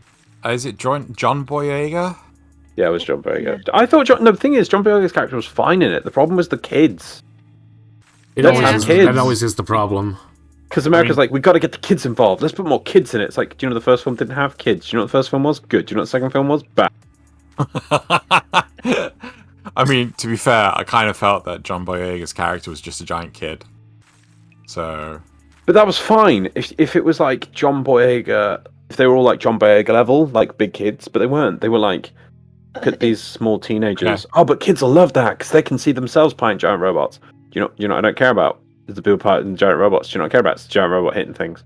You know, I didn't get giant robot hitting things. It's more of that, we want it to be relatable, and so it must be something that they can identify with. Yeah, anyway. I don't get that. Anyway, right. That's another topic entirely. Where do we want to go? Well, I think Loz wants to to go on about his love. His unbridled hatred of the trilogy. Yeah, we're in the modern period, and there's two interesting anime-esque ones to it. There's the movie series, and then the show, which I've only watched one episode. What's it called again? The show. Singular Point. I know Drew wants to talk about that. So let me then do a quick summary. Has anyone watched all three films? No. Okay. No, they look cool. I think I've watched one of them. I came out the first one and going, it's rare that I can come out of something and go, I want my time back, please. Right. Okay. Right. So this 3-film arc, which is absolutely stupid. Episode 1, the most boringest film ever made, is so boring. So to speed you up in like 10 seconds, it jumps ahead to where we're going. So on Earth, Godzilla appears. Then aliens, 2 sets of aliens, which I was really confused. I thought it was one, and then I actually checked it. No, it is 2 separate types of aliens. I thought they were just one type of alien from 2 different things. No, 2 types of aliens turn up to Earth to help for some reason. They both lost their planets, I think. Do you remember what it was called? What? Planet of the Monsters? The first one. Godzilla, Planet of the Monsters. Yeah, I'm going to go all 3 films, but we're just going to do Planet of the Monsters because I just took images from that. So I was like, yeah, have some images. I'm not going to spend too much time on it. I'm just going to give you an overview. It's in winter of 20. I put it in the Discord. Yeah. No, I'm just trying to just get it to turn up on the background. Oh, okay. Right. Well, while you're doing that, I will spiel the whole thing. Aliens turn up to Earth. There's a Godzilla. Oh no, he's bad. He's killing stuff. Aliens turn up to help us. The aliens don't seem to do very much, in my opinion, because we just go, you know what? Freaking abandon Earth because we can't beat this giant monster for some reason. So we all abandon Earth and go, let's go find another planet to live on. So we waste our time doing a massive trip out to find nothing. And then we basically go, oh, we're running low on water and food. Let's get all the old people to get on a thing and they can go down to the planet. Hopes they're going to be fine. And it's like, right. And then the grandson of one of the old people is on the ship who's going to go down to this planet, which they can't live on. It's like, no, you're just killing off the old people. And then they send the old people ship down and it blows up halfway. It's like, no, the old people. And then immediately after this, they decide, let's go back to Earth. Why did we kill all the old people? So they head back to Earth. And they discover... Yeah, they head back to Earth and they discover Godzilla's... They find a Godzilla, what they think is Godzilla, and they attack it. And they kill it. It takes this takes over an hour and like a half to get to this point, and I've summarized it in that. That's all that's happened. That's literally all that happens. They do kill this Godzilla, but it turns out that's not Godzilla because obviously they do a gunbuster for anyone. And as they travel around in their stupid giant, let's leave Earth, find another planet. Oh no, we can't find one. Come back. I think it's 10 or 20,000 years have passed on Earth. Godzilla is now freaking huge, so they killed like one of his copies or clones or babies. Yeah, they're actually able to kill that because it's the same size as what they fought 10,000 years ago, and they killed that one. They thought, yeah, we've killed Godzilla, but they haven't because there's a bigger Godzilla. It's like, and I like that. I want to put a point here because it shows how they could have, if they had that technology originally, they could have outright killed Godzilla. But obviously, 10,000 years of growth, he's now super freaking huge Godzilla Earth, huge thing. Like but they can still at least kill it. So it's like a balance. Yeah, he's now Godzilla Earth, as in he's a god, he's huge sort of thing. But they could kill him. He has still got some grounding. It's really weird. They realize that the way it works is he's got like an internal force field, and they can overpower it for small periods of time by just ramming it, with cannons and things. So, and in that window, they inject like mining bombs with EMPs in that have to get to his core and then overload him from the inside out. And it's like, oh, that's really cool and complex, right? But obviously the big one is so huge, eventually God's Earth, there's no way they could do it with their level of technology at this point. He's just gotten so huge. It's like, okay, nice balance and trade-off. Anyway, so that's the whole first film. They kill the mini Godzilla, and big Godzilla turns and goes, aha, I'm big, right? In the second film, oh yeah, we then go, oh yeah, you know those aliens that came at the start? Oh yeah, they tried to build Mechagodzilla, and it never turned on because they're useless. What was the point of these freaking aliens? But it's made out of nanometal, like, you know, nanomachines, son. And the 10,000 years, the nanomachines they've spread over the world. They're slowly assimilating the planet, and they've made a city, and they try and lure Godzilla into the city to kill him. But it turns out that the aliens, I'm going to go with Aliens A here, okay? Aliens A brought the nanometal, want to take over the whole planet with nanometal, and they even fuse with the nanometal city, and they suggest the humans do the same, and our protagonist and love interest try and do that. But the love interest is assimilating the city but dying, but then the protagonist just seems to be rejected by the city. So protagonist kills the entire city and Godzilla gets free. What? Yep. Which stops the nanometal from taking over the planet. Right, yep. Okay. Sorry. Yep. Did he actively choose to kill the city? He killed he blows up like the control station where the aliens A are, or the last, like most of the there's the aliens A. There's a few of them on the spaceship that's still orbiting Earth. Most of them come down to Godzilla. I think it's Godzilla City is what it's called.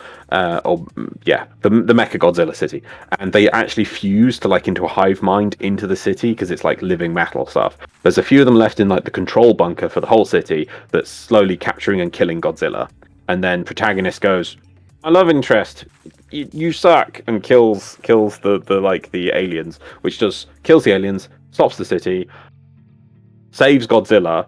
And he sort of saves his love interest, but she's brain dead. But she's infected with nanometal as well. Very important point, right? Okay, yeah, that's the second film. Are you with me?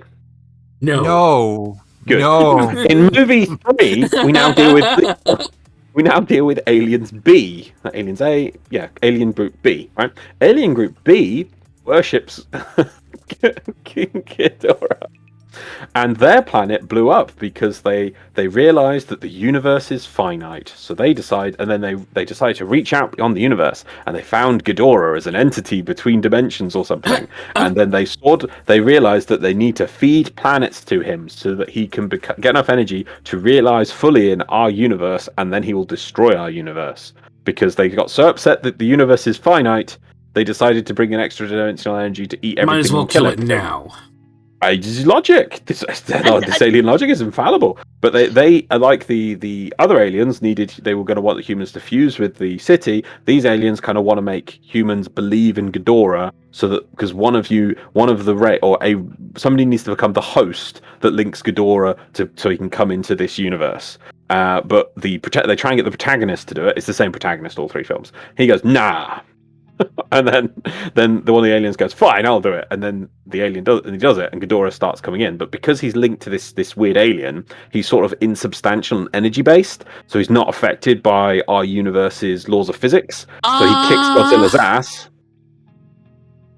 Yeah, so he destroys the spaceship in space, which has the last of Aliens A, by the way, on it. So Aliens A are basically extinct at this point. And that we've lost our spaceship, which we were using to travel around the universe, right? I'll get back to that. And then, so we're on Earth, and then what they do is, I can't remember if they knock him out or they kill the leader of the Alien B people, which it means that Ghidorah can now be affected by gravity and everything, and then Godzilla kicks his ass. Right? So that's it. Aliens A gone, Aliens B pretty much gone, if not defeated, because I think it will sacrifice themselves to Ghidorah as well, right? Ghidorah out of the dimension at the very least. We're left with Godzilla on Earth, and then it ends with like protagonists going. They have like one of these super mechs that was made by the Mecha Godzilla City, and they have the girl, the love interest, who is brain dead but has some of the nanometal in her. And the one person says, using these two things, I can rebuild all of technology. But because Protagonist, right, here we go. Because Protagonist was going to be the host for Ghidorah, he's slightly linked to Ghidorah, and he's told that Ghidorah is always watching him. And if they rebuild the nanometal city and start using nanometal and rebuilding human civilization, it'll bring Ghidorah back. So he gets in the last of the exosuits from the Mechagodzilla city, he takes his brain-dead love interest with the nanometal, and he flies at Godzilla Earth, and then Godzilla kills them, and thus the Earth is saved, and people will live as tribal whatevers on Earth. The end. Fantastic. Thank you. You have just saved me from watching that. I have a feeling, right, that Netflix didn't realize that the entire budget was going to be used on drugs. Can I just point out though, it's visually cool when the monsters turn up. Like Godzilla looks amazing, and like them fighting it with tanks. Ghidorah looks amazing. It's like this golden energy creature, and the nanometal city is also kind of cool. The visuals are cool, but like the plot is just like, what the hell? And I hate this whole. So by the end, it's this whole anti-technology arc and how stupid it is. Now, something against me, right? If you've got Godzilla, which is not a quick creature and can only walk very slowly, and you've got the ability to go into space, you can pretty much move yourself around the planet Earth as quite a lot, or at least, pop down, gather resources, and go back to space, right? Why would you leave the solar system? Like water and everything becomes an issue. You can set up bases in space. You've got heat from the sun. You can, and then you need to grow things. While you could let things grow on Earth and just send robots down to pick it up and bring it up to you. You don't. There's no way that every Godzilla will cover the entire planet. He's not like he can't teleport or anything stupid.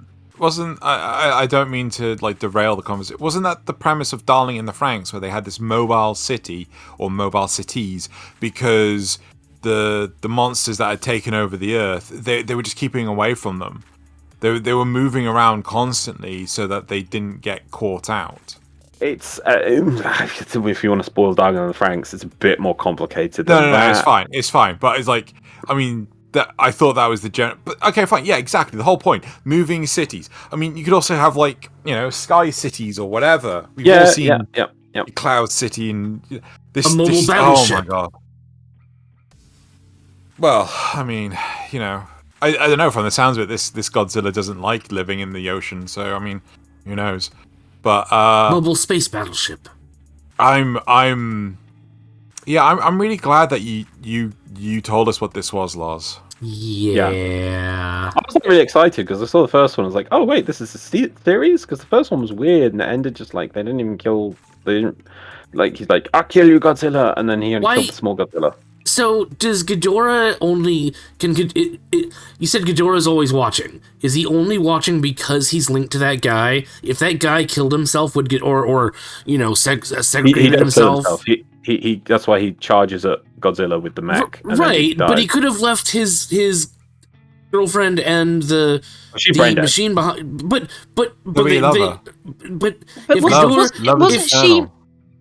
wasn't she a connector to she had some of the nanometal exactly. in it, so she could have been used to restart technology and stuff. Right. So if he's dead, Ghidorah is no longer watching. So why did he?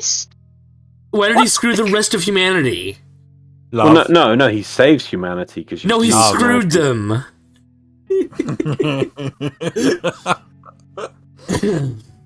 Okay, so this is why you shouldn't have angsty teenagers as the main protagonists of your series. I mean, movies. That's why you shouldn't let angsty teenagers write your series.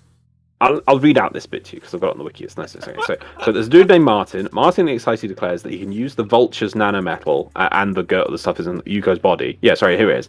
He excitedly reveals to Harrow that he was able to harvest nanometal from Yuko's body, that's brain dead love interest, and use it to repair the last vulture. That's a super exosuit made by the Mechagodzilla city. When Martin excitedly declares that he can use the vulture's nanometal to restore human civilization and bring it to new heights, Harrow has a Gematron-induced vision of basically Alien B leader voice sneering that humanity's insatiable desire for progress will prepare the planet for a harvest once more, which is that's for Ghidorah to come, and then he gets so it's less that Ghidorah is watching through him and more it's through that him. Well, he has the vision because it is watching through him. The guy does say that the leader of Alien B does say that Ghidorah will watch you. Yeah. Ah, okay. Then yeah, he should have just killed himself. Or And just himself. got locked away somewhere where nobody tells him anything, but, he gets food and gets to live and whatever. Here it is. The following morning, Harrow gains consciousness to see Alien B Leader slumped against a rock. Alien B Leader applauds protagonist's rage and hatred, saying that as long as protagonist clings to that life, Ghidorah will watch over him before dying, with protagonist breaking down and embracing him. So Ghidorah is watching him. It might also mean humanity or whatever, but they have to get rid of nanometal. Even though, right, even just point it out, nanometal was from Alien A, not Alien B. Yeah. But Alien B is saying that, you use a nanometal that was from Alien A to rebuild civilization, Ghidorah is going to come back. Why? It's just like, freaking hell, what is this mess? We'll never know. Right, he takes the last Voltron, flies towards Godzilla. Stating he carries the weight of humanity's defeats and deaths and broken dreams on his shoulders alone. Protagonist drives toward Godzilla, smiling and at peace, as Godzilla vaporizes him and the love interest and the protagonist with atomic breath. That's so dumb. Yeah. So you would have a spaceship. The spaceship you can live on, like this, can travel through space-time. Just live in the solar system. There's ice, there's rocks, there's metal. You can grow things on asteroids. You could make an entire civilization living in the asteroid belt. How long did they travel for? It's one of these like warp drivey things, but relative to Earth, it's over 10,000 years. So why didn't they go to Alpha Centauri? I think that's where they go, and it's not suitable for human civilization. And then they send down the old people. If they could go faster than the speed of light, that should take them less than 4 years. Apparently they weren't able to find... They spent all that time, they weren't able to find a suitable planet to live on, apparently. I think they sucked at looking. They sucked at looking, and they sucked at, hey, we've got space travel. You know what? We could just live in the solar system around our sun until we get enough people and enough ships and slowly branch out instead of putting all our hopes on one bloody ship. These humans are dumb. They really are. Right. They start complaining that they're low on water and food. It's like, but we could have stayed around Earth, or there's so many comments around the solar system that you could have harvested. It's actually meant to be 20,000 years have elapsed due to relative. I can't speak. I think So I think it's like they spend time going out 10,000, but then they jump all the way back to Earth in one jump, and that last jump is another 10,000 years. So I think it's 10,000 years out doing whatever, and then they jump back to Earth in one 10,000 year jump. But it's not that it's not to them it's not. To them it's like 20 years, I think, because they still have some really old people who lived on Earth, and they're like, oh my god, I get to see the Earth again. But obviously they're gunbustering it, with actually doing that. If you travel fast and light, time works relatively differently, and blah blah blah blah blah blah. Yeah, but I'm pretty sure wibbly wobbly timey wimey, basically. Yeah. We worked out with Gunbuster, if you go near the speed of light, to lose 12,000 years was like 16 days. Hey, look, the show's doing its own thing. Just let it have its stupid technology bad. Okay, live as stupid natives in your mud huts, because that's what humanity is apparently supposed to do. Because that's what these shows want you to do. Right, yeah. Anyway. Freaking hate it. Okay, we've been going for like an hour and 40 minutes.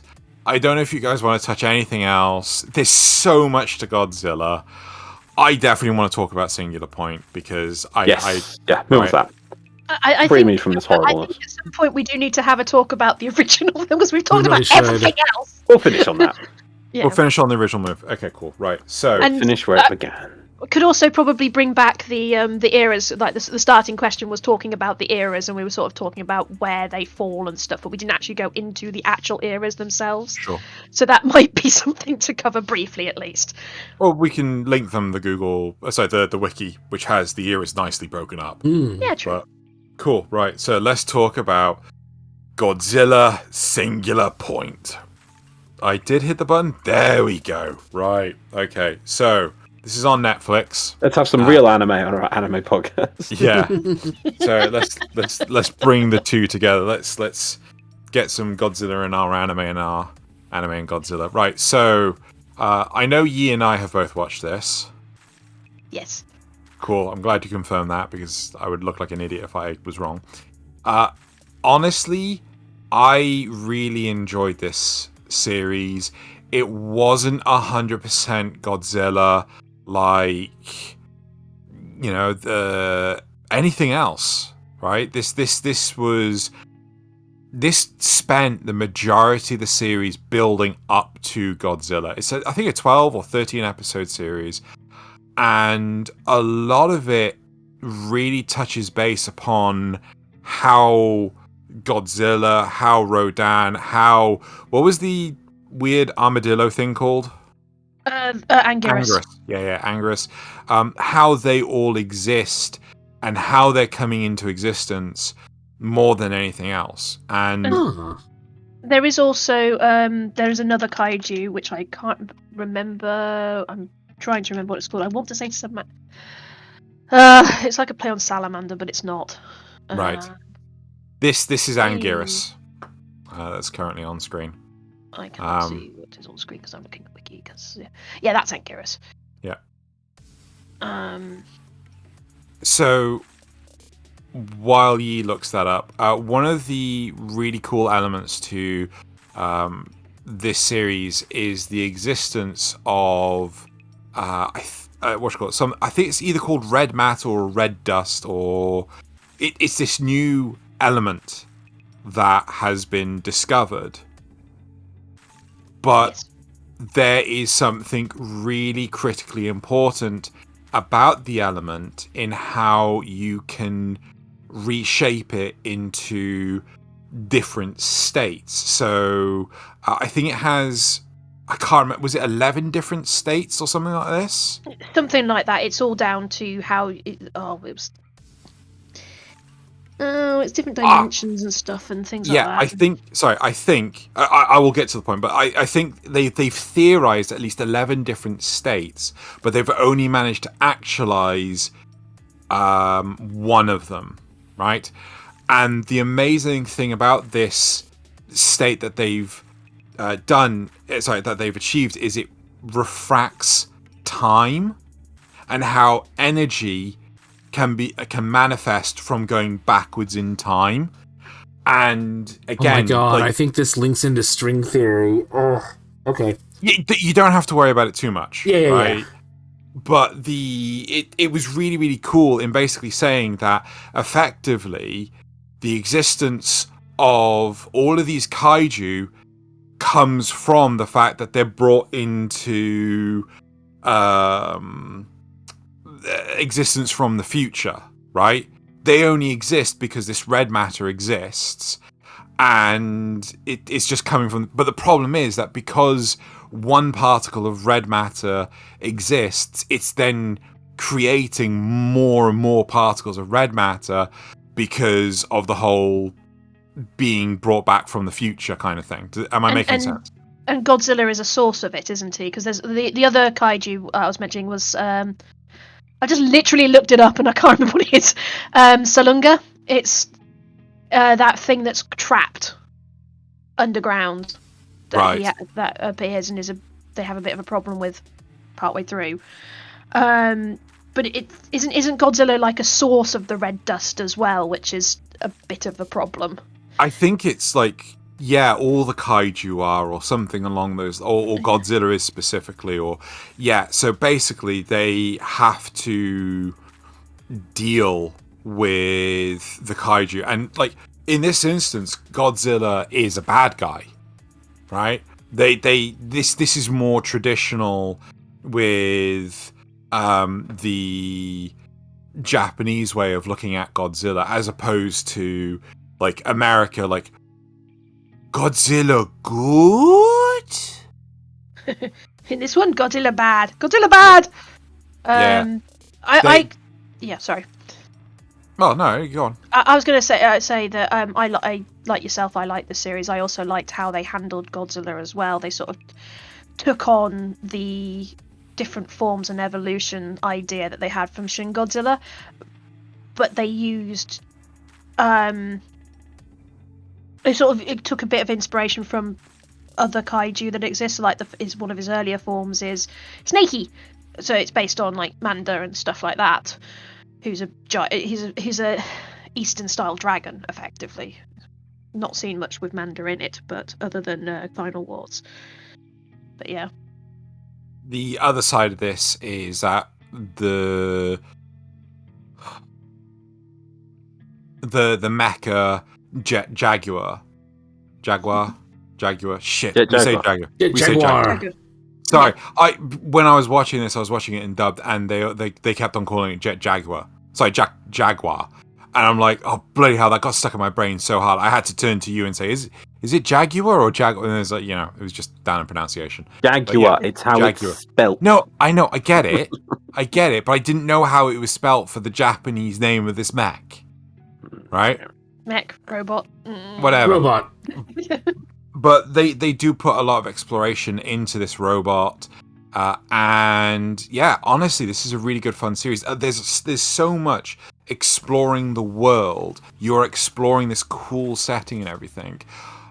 It was really impressive, rather than let them fight, which is cool, but you need more than that sometimes.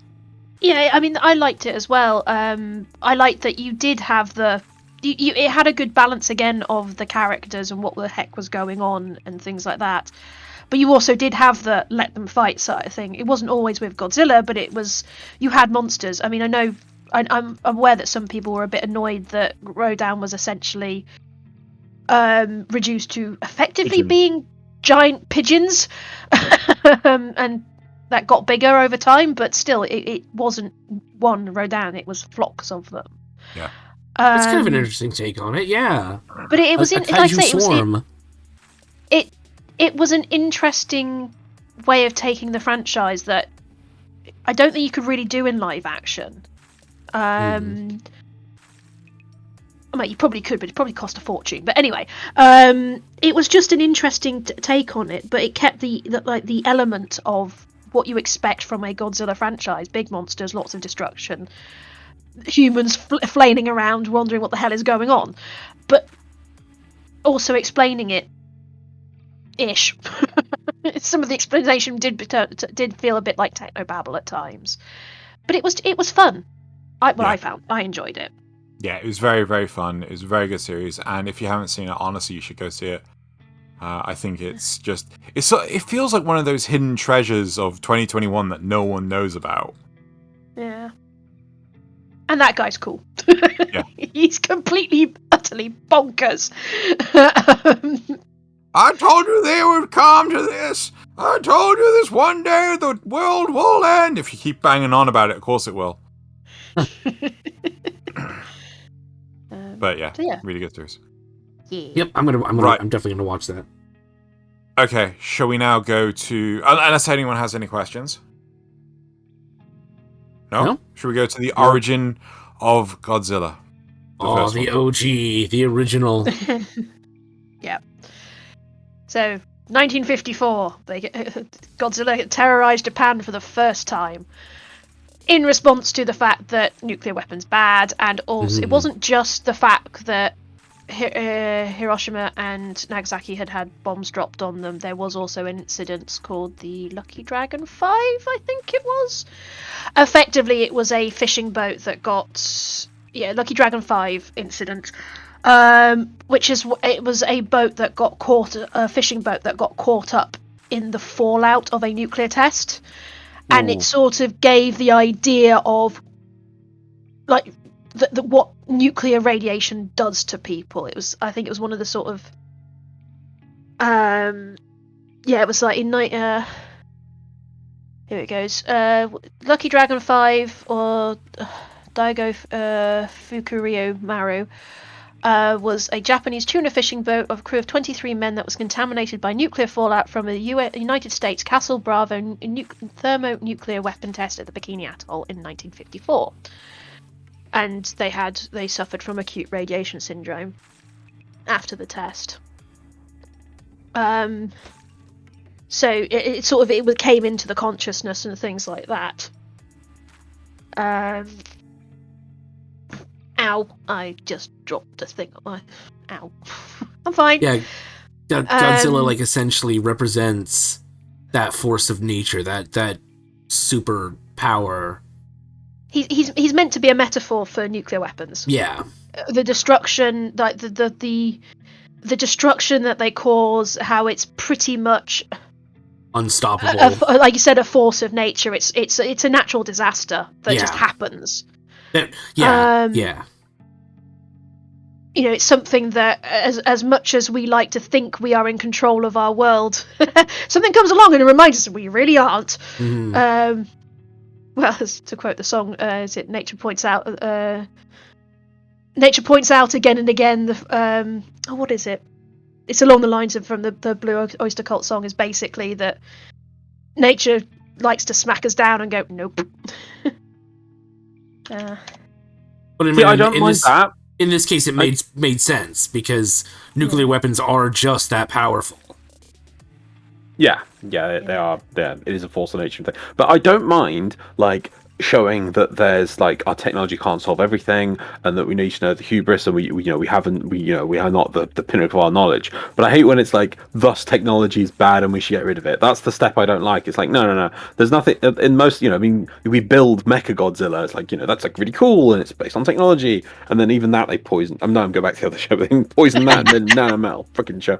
But I like the whole that you be careful what you unleash kind of thing, and that there's beasts and giant things over. Because actually, I'm on Wikipedia page randomly. I did spot this other one. It did say that others have suggested that Godzilla is a metaphor for the United States, a giant beast woken from its slumber, which then takes terrible vengeance on Japan. And it's like you could take that from the original, because and how does America take it? It's still linked to nuclear weapons, but it's also linked in with America. I'd say that's possibly the American perspective, because that's how they've interpreted when it really the Japanese one is that it's nuclear weapon. These are bad. Sorry, the lyric I was trying to think of was history shows again and again how nature points out the folly of man. That was it. Can I just say you have hit the nail on the head there, where I think we've got it's some American journalist for the first reference, the second reference that determined this is Fox News, and the third reference is USC News. USC News. So yes, yep, you nailed that one. Yep. It's interesting how different, that does really show that the different sides of the story can interpret it completely different. You made film about monster. You think we monster?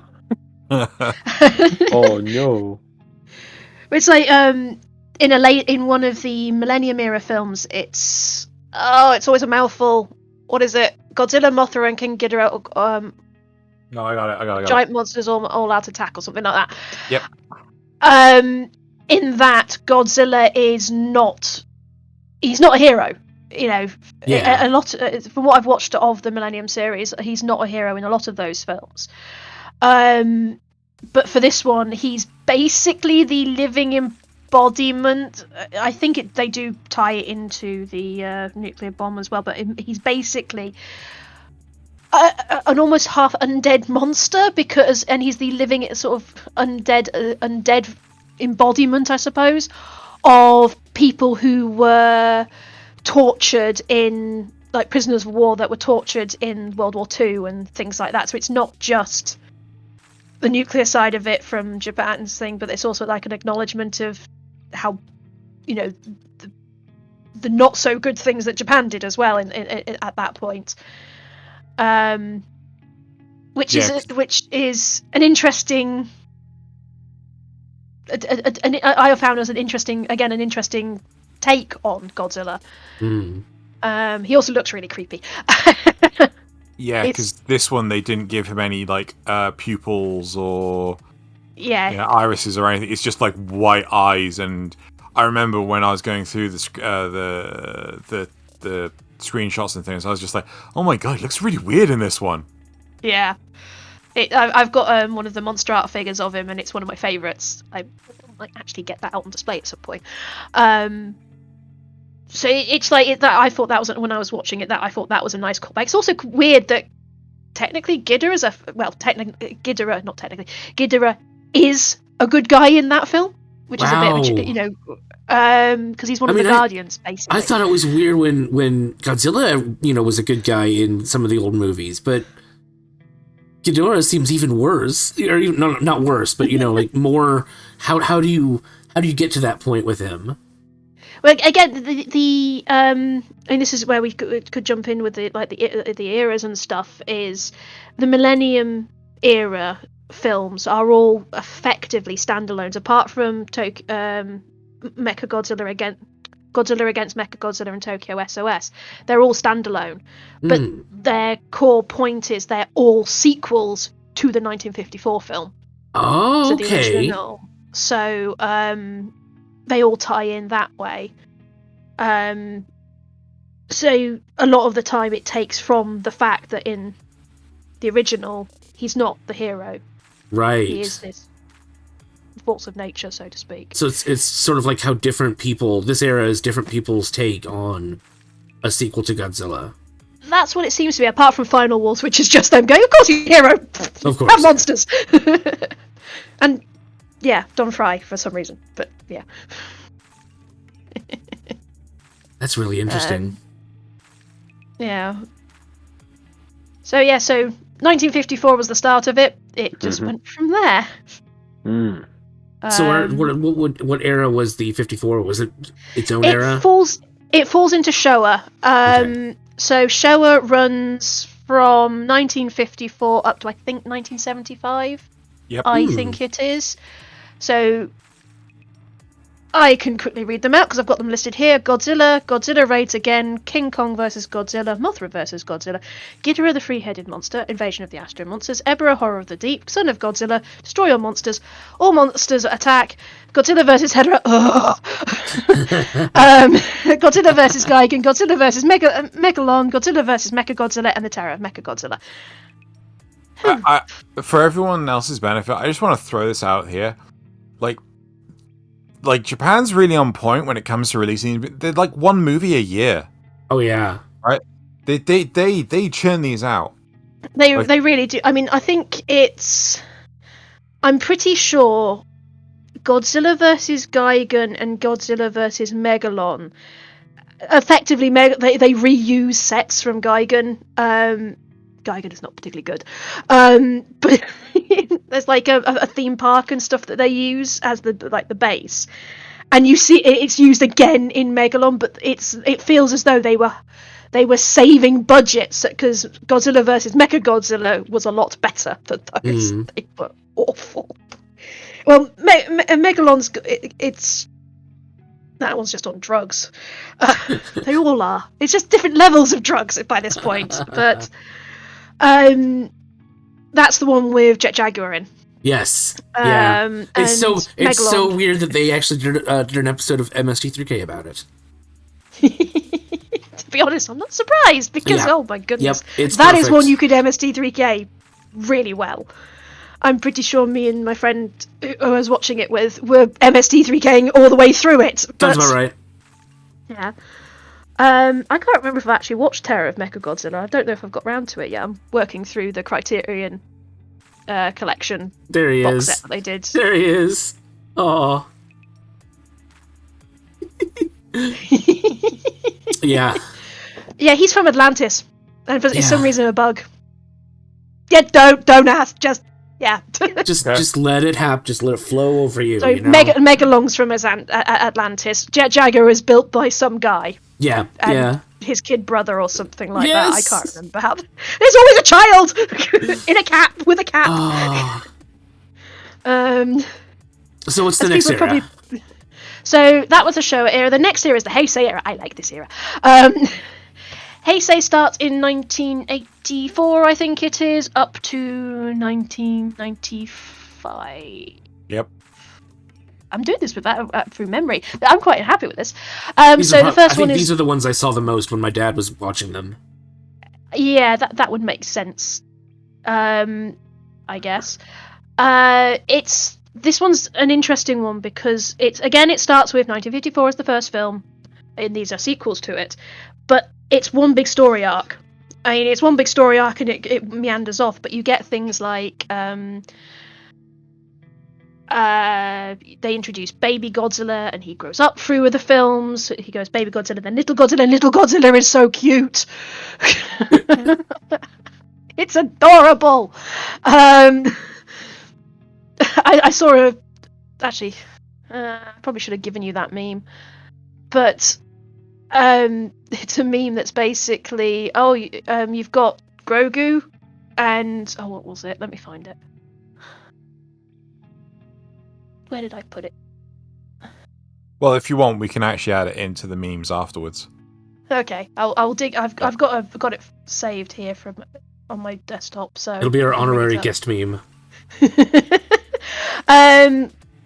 yeah, it sort of starts with the story of Godzilla comes back, or it's a new Godzilla. I can't remember.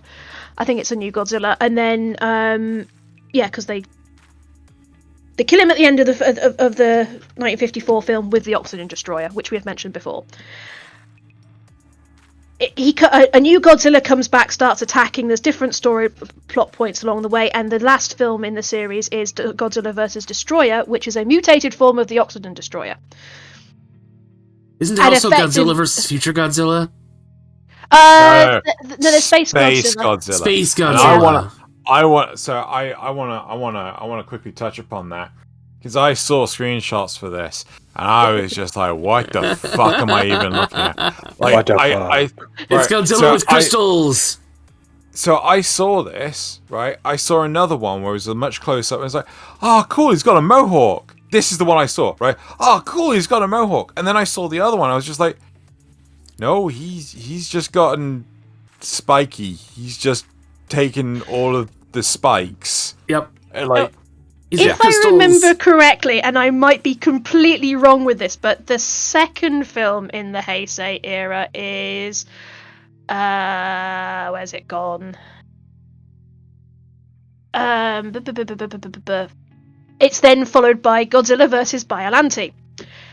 Yes, the flower thing. Yes.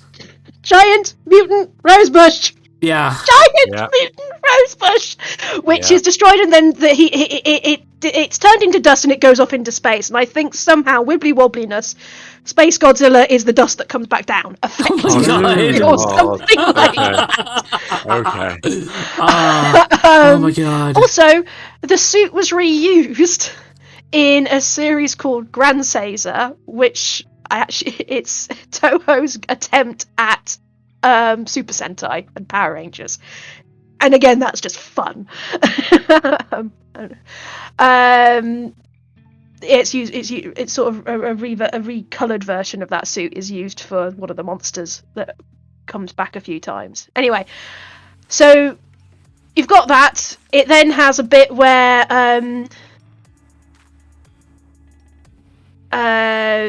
you get King Ghidorah comes along, and that ends up with what's the word? There's time travel, which then ties into things, and blah blah blah blah. But they all arc into one big story. Interesting. They sort of go with they actually give an origin to Godzilla, which is that he was the original Godzilla was a dinosaur that was on an island that was called, he was a Godzillasaurus that was mutated by nuclear radiation, and that's how it ends up with giant lizard attacking things. And breathing atomic fire somehow. We just go with that. But there's like time travel, and they bring in Ghidorah as well. They then there's I think that he defeats him, and then there's time travel, and you end up with Cyber Godzilla, Cyber Ghidorah. I don't know. But the final film is Godzilla vs. Destroyer, which finishes off the series, and it actually, you have him going up against a thing called Destroyah, which again it mutates into different forms, but effectively I thought it was Destroyah. Depending on how you, depending on how much you want to throw an accent on there, I'm going with Destroyer. Okay.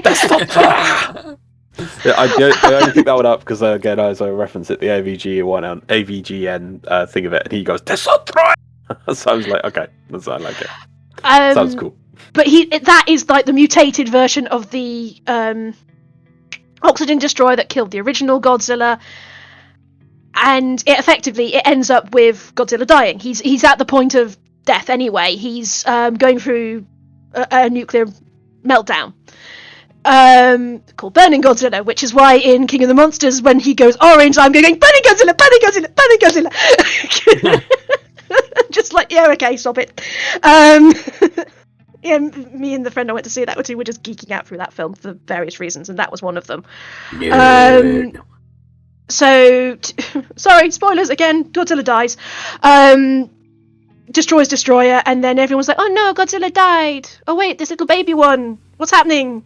He grows up throughout the film as well, and by this point he's like an adolescent, so he's not quite as cute. But then at the end of it's like, "Oh no, the Tokyo is destroyed, or it's completely unlivable. The radiation is too high. Wait, where's it going? What's happened? Huh? What? And basically, Junior ate it and became the new Godzilla, and it runs off. He walks off into the sunset.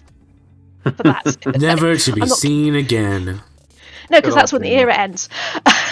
So there's another break until 1999, which is where the Millennium Era kicks off, which is 1999 to 2004, which is Final Wars is the end. And as I said, they all act as sort of almost standalone sequels to the 1954 film. Ta-da! And then now we're in the Reiwa era? Reiwa, yeah. Interesting. Which started with Shin Godzilla. Which we haven't touched upon and probably never will, because apparently it's an event. Which one is? What? Shin Godzilla. Oh, man. I love watching... Okay, I've not seen Shin Godzilla. I'm not going into detail. But all I do sometimes is occasionally just watch the Godzilla sections on YouTube. I swear there's only about like 10 minutes worth of footage, if that, of just the Godzilla bits in a film which I think is at least 90 minutes long. Here it's just like... It's a lot of talking. It was the prototype for meeting in gazebos, as in meetings in buildings. That is what that is. Oh god, yeah. It's meant to be a satire of how governments deal with disasters and things. Is my understanding of it, but it's Hideaki Anno being Anno, basically. That we thing all know looks this. so dumb. Yep. I mean, you sort of look at it and go, yep, I can see how this is connected to Ava. Kill me. Yeah. What? Right. Yeah, Yes, the director is the guy who did Evangelion. Yes. Yeah. Yeah, and I can see it. Googly eyes. Googly eyes. Yeah. Yeah, and penis Fantastic. tail. Penis laser tail. Penis laser tail, lasers, all the lasers. Purple lasers, it makes it better. No, it doesn't. Anyway. But yeah, satire's meant to be funny, in my opinion. This was not fun. Right. So Cool. yeah, so that's Shin Godzilla, and then then there's the Legendary films, so which I think's, well, they don't really count. They're the MonsterVerse, so they're separate. But yeah, Shin Godzilla. The movies we've just the Netflix movies that Loz took us through,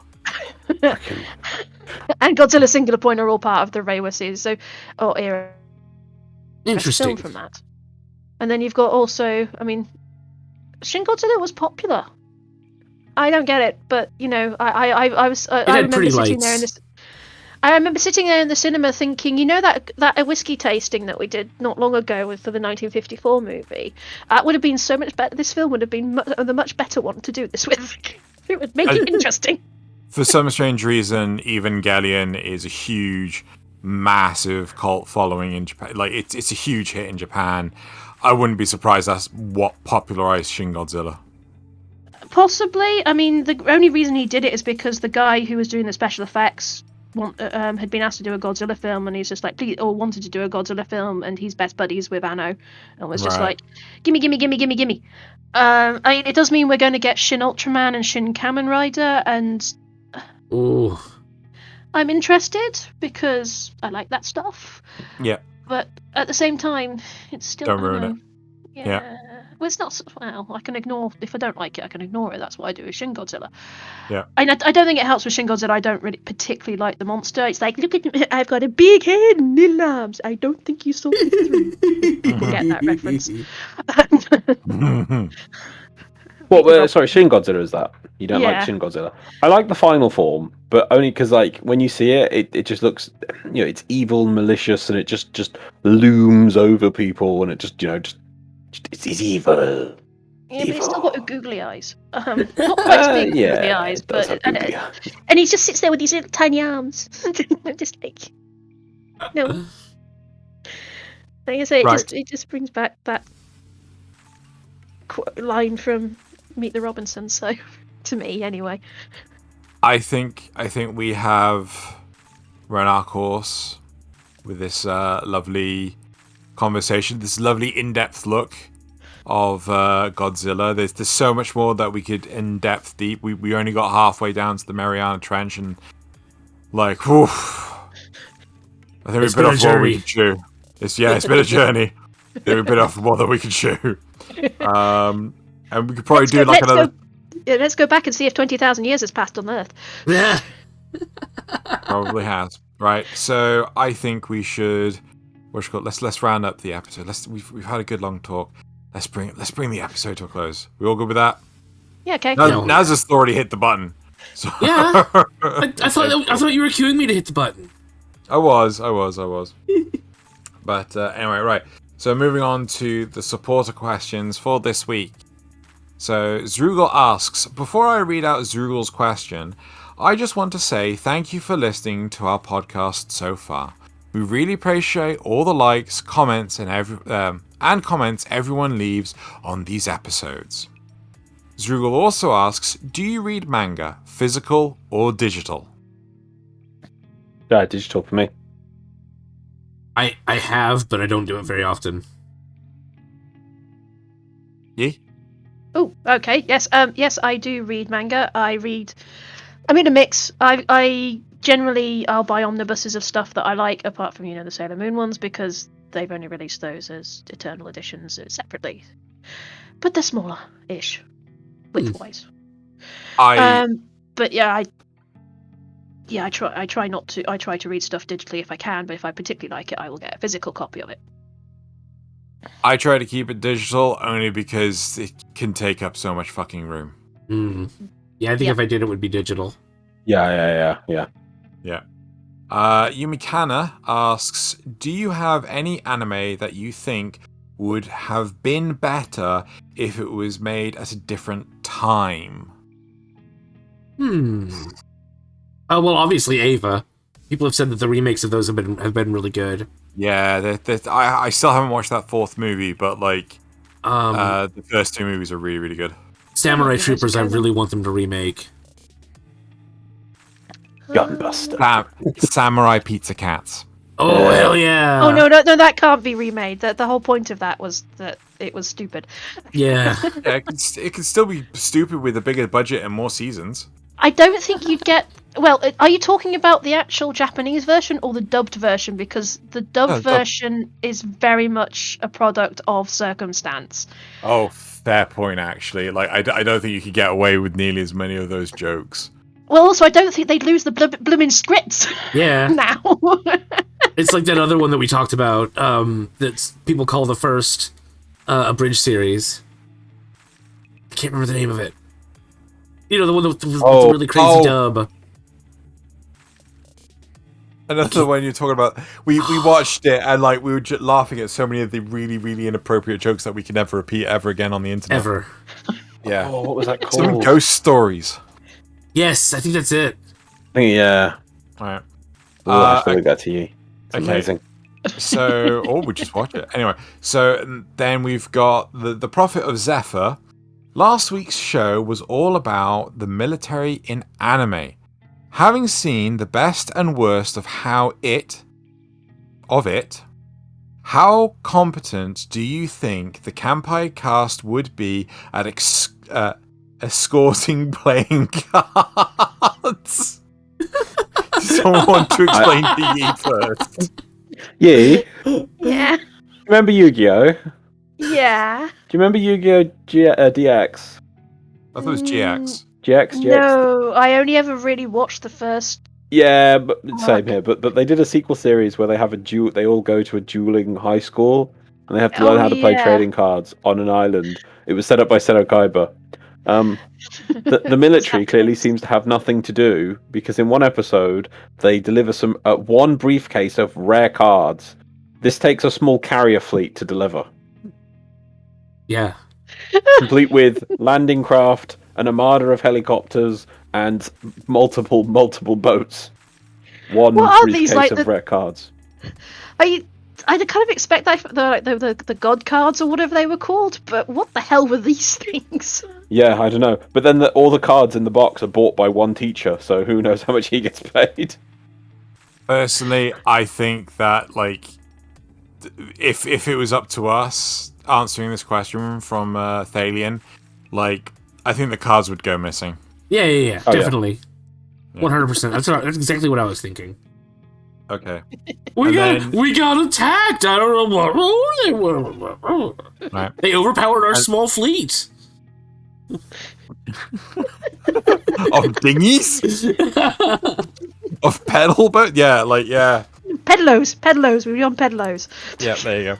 Right, so, and then the Prophet of Zephyr asks, on the topic of this week, will all the giant monsters that Godzilla has taken on... with all the giant monsters that Godzilla has taken on, none are really stranger to me than the cockroach kaiju. Please don't bleep the name. Oh, fuck. Cockra.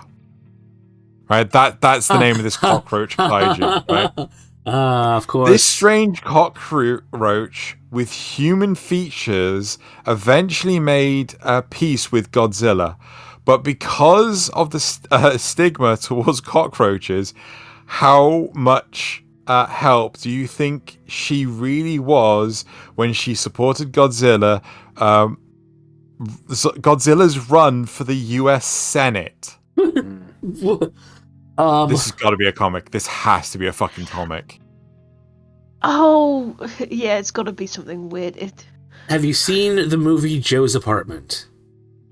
No? Probably not. Oh, I have, actually. About that helpful. Right. Okay. I'm just looking this up. It was a... Godzilla Discovers America is a 1988 storybook by Robert E. Sullivan Jr. Oh my god, it's real! Yes, it's real! Alien, what have you done? So that's a thing. Right, okay. So that's... I'm intrigued by that. That you have brought our attention to new and crazy things, but we're going to now move on to the comments.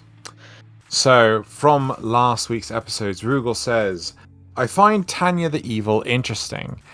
If she wanted to be behind the front line, she should have been a medic. She was good at magic, and they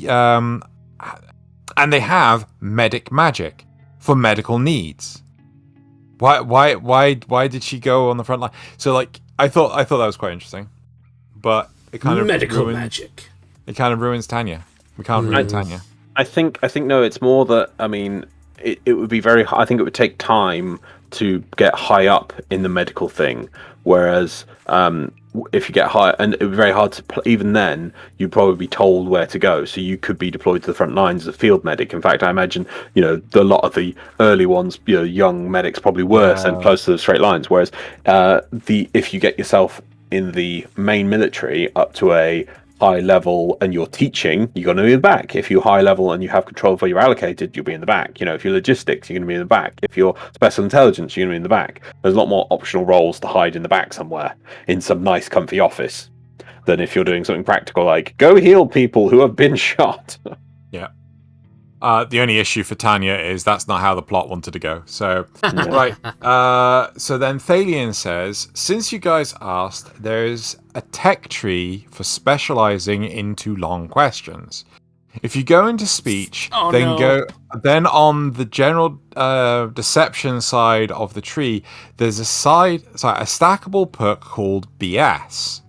If you hit 5 stacks of that, it opens up the next perk in constructive time wasting and diplomatic delay tactics.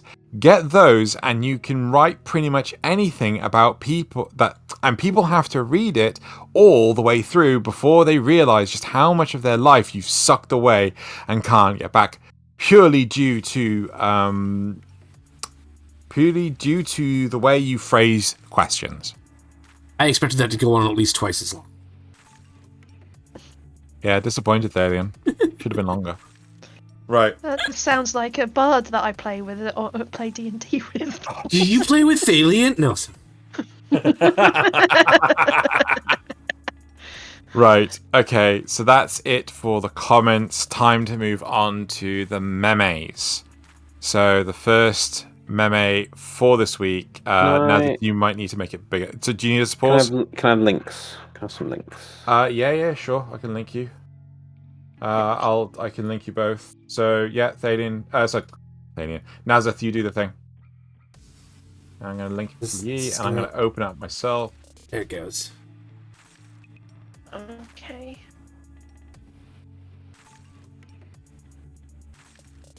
So yeah, whenever you're ready, Nasuth. Right. So no, it doesn't affect my baby. Griffith did nothing wrong 12 years later.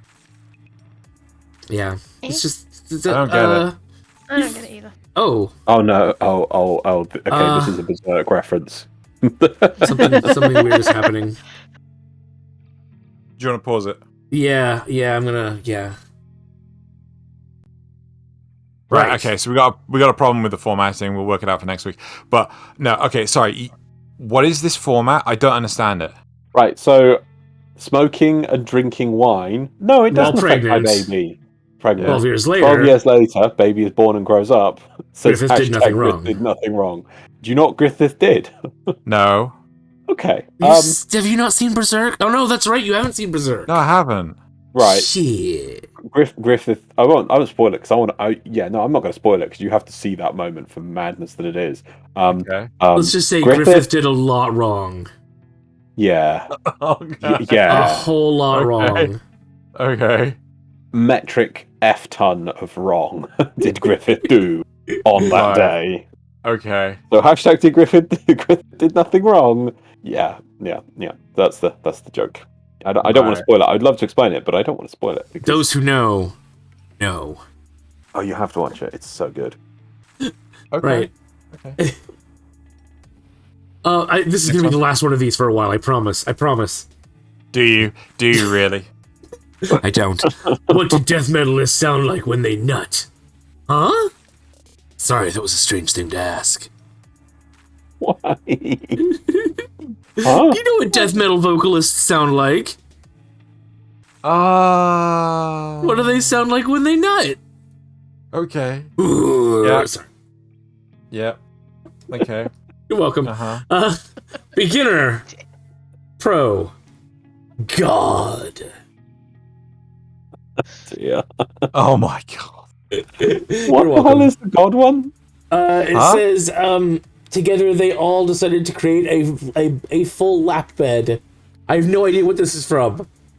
No clue. Well, saw some top. First one's ReZero, second one is Consuber. Third one is 100 girlfriends who really, really, really, really, really love you. Yes, the last one is worth reading. Okay. What the Okay. Okay. So that's what it's pro. I'm sorry. Consuber is such a name. Right. So time for my one. Right. So my first one.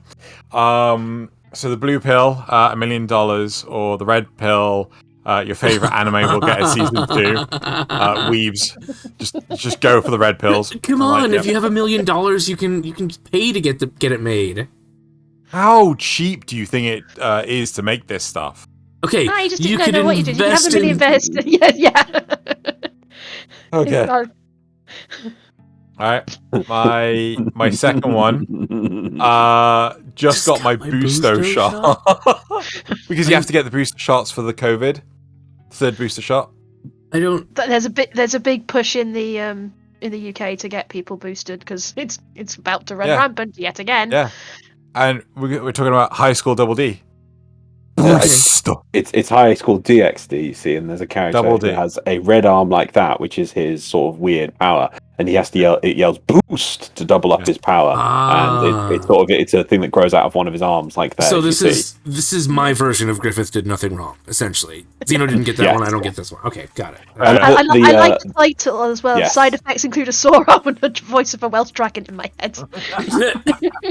Common side effects of the. And then my third community shout out. Oh no! Sorry, my meme. Like, I am Green Goblin. Green what? Goblins. So obviously we've got the most recent Spider-Man movie just come out, and Goblin Slayer. Yeah. Oh my goodness, the crossover we really need. Yep. Yep. If Goblin Slayer ever understands multi-dimension, that multiple dimensions exist, he will tear through the plane of reality to find Goblin in other universes. Nothing will stop his vengeance for goblins. Right. Okay. So the last thing we have on our agenda for today. What about Yee's memes? Are we not doing those? Thank you. Yes. Right. So has Loz not got memes? No. Loz never does memes. I'm lazy. No. That was my one thing for signing up for this is I get to be lazy. Right. Sorry, Nasuth, I've replaced your first two. So the first one. Okay. All right. I kept with the theme of today's chat. That was supposed to automatically make it small. It should do. Well, it's not. Who knows? Right. So, yeah. Do you wanna do this, Yee? I would love to if I could get the bloody screen to come up on my computer. It's going nuts. Oh no. So. Oh come on! I had to bring a JoJo reference into it. It's beautiful. Yeah. It's me, King of Monsters. Yep, got a lovely JoJo reference. I like how the arms are the heads. Yeah. Right. And then we've got Yee's second meme. Oh. Media. Baby Yoda is the cutest. Little Godzilla. Am I a joke to you? See, beautiful. He's adorable. Absolutely beautiful. I've not seen him. Look, I've seen way better than Godzuki. Yeah. Hey, you've seen the one that we saw earlier was Manila, which is the son, the son of Godzilla. This is the second form of the baby Godzilla in the Heisei film. So he starts off as one. Yeah. He starts off as an egg, then he starts off as a bit more of a pinky more wormy dragony. One. Right. And then he turns into this, and then he turns into the adolescent, which is sort of like a very skinny version of adult Godzilla, really. Right. It's just like, if I ever cosplayed as a Godzilla, I'd have to do that because I'm so short. Right. So there you go. Thank you, Loz, for catching that, because I did horribly forget. Right, so the next part of the show is what are we planning on doing for the next episode. So I'm just going to announce it now. The next episode won't be coming out until January the 7th, because we're gonna take a week break. Christmas. We're gonna have a Christmas time. And the next episode, which is scheduled and planned, and I know exactly what I'm doing, as I try to quickly flick through my calendar, we have. Oh yes, it's the autumn. What's called 2021 review. So autumn 2021. Sorry, autumn. That will be over, and we'll be doing the review of all the shows that we have seen in autumn. Apart from 86, because it won't have finished and will require 4 more weeks of delays. I have an episode in which everyone stands around some more. I'm not bitter. You've had enough meetings in gazebos. We're not having meetings in rubble. Yeah. Right, so that is it for this week. Yee, thank you so much for coming on and educating us so much in Godzilla. I have certainly learned a lot. I'm gonna start calling you Professor Yee. Professor of Godzillology. There are times when I sit there and think that maybe I could do a PhD, because then I could be Dr. Yee, and then I could skip past my dad going, I'm a real doctor. Because... But then I sit there and think, I've got to have a better reason to put myself through that hell than just pissing my dad off. Right. That's it. Thank you very much, everyone, for listening. Thank you again, Yee, for being on. And we will see you all in a couple of weeks. Merry Christmas, everyone. Happy holidays. Oh, yeah. We Happy New Year. We do the same thing. We do the same thing as we sign in as we sign out. So, are we ready? Yep. Right? Yep. 3, 2, 1. Kanpai!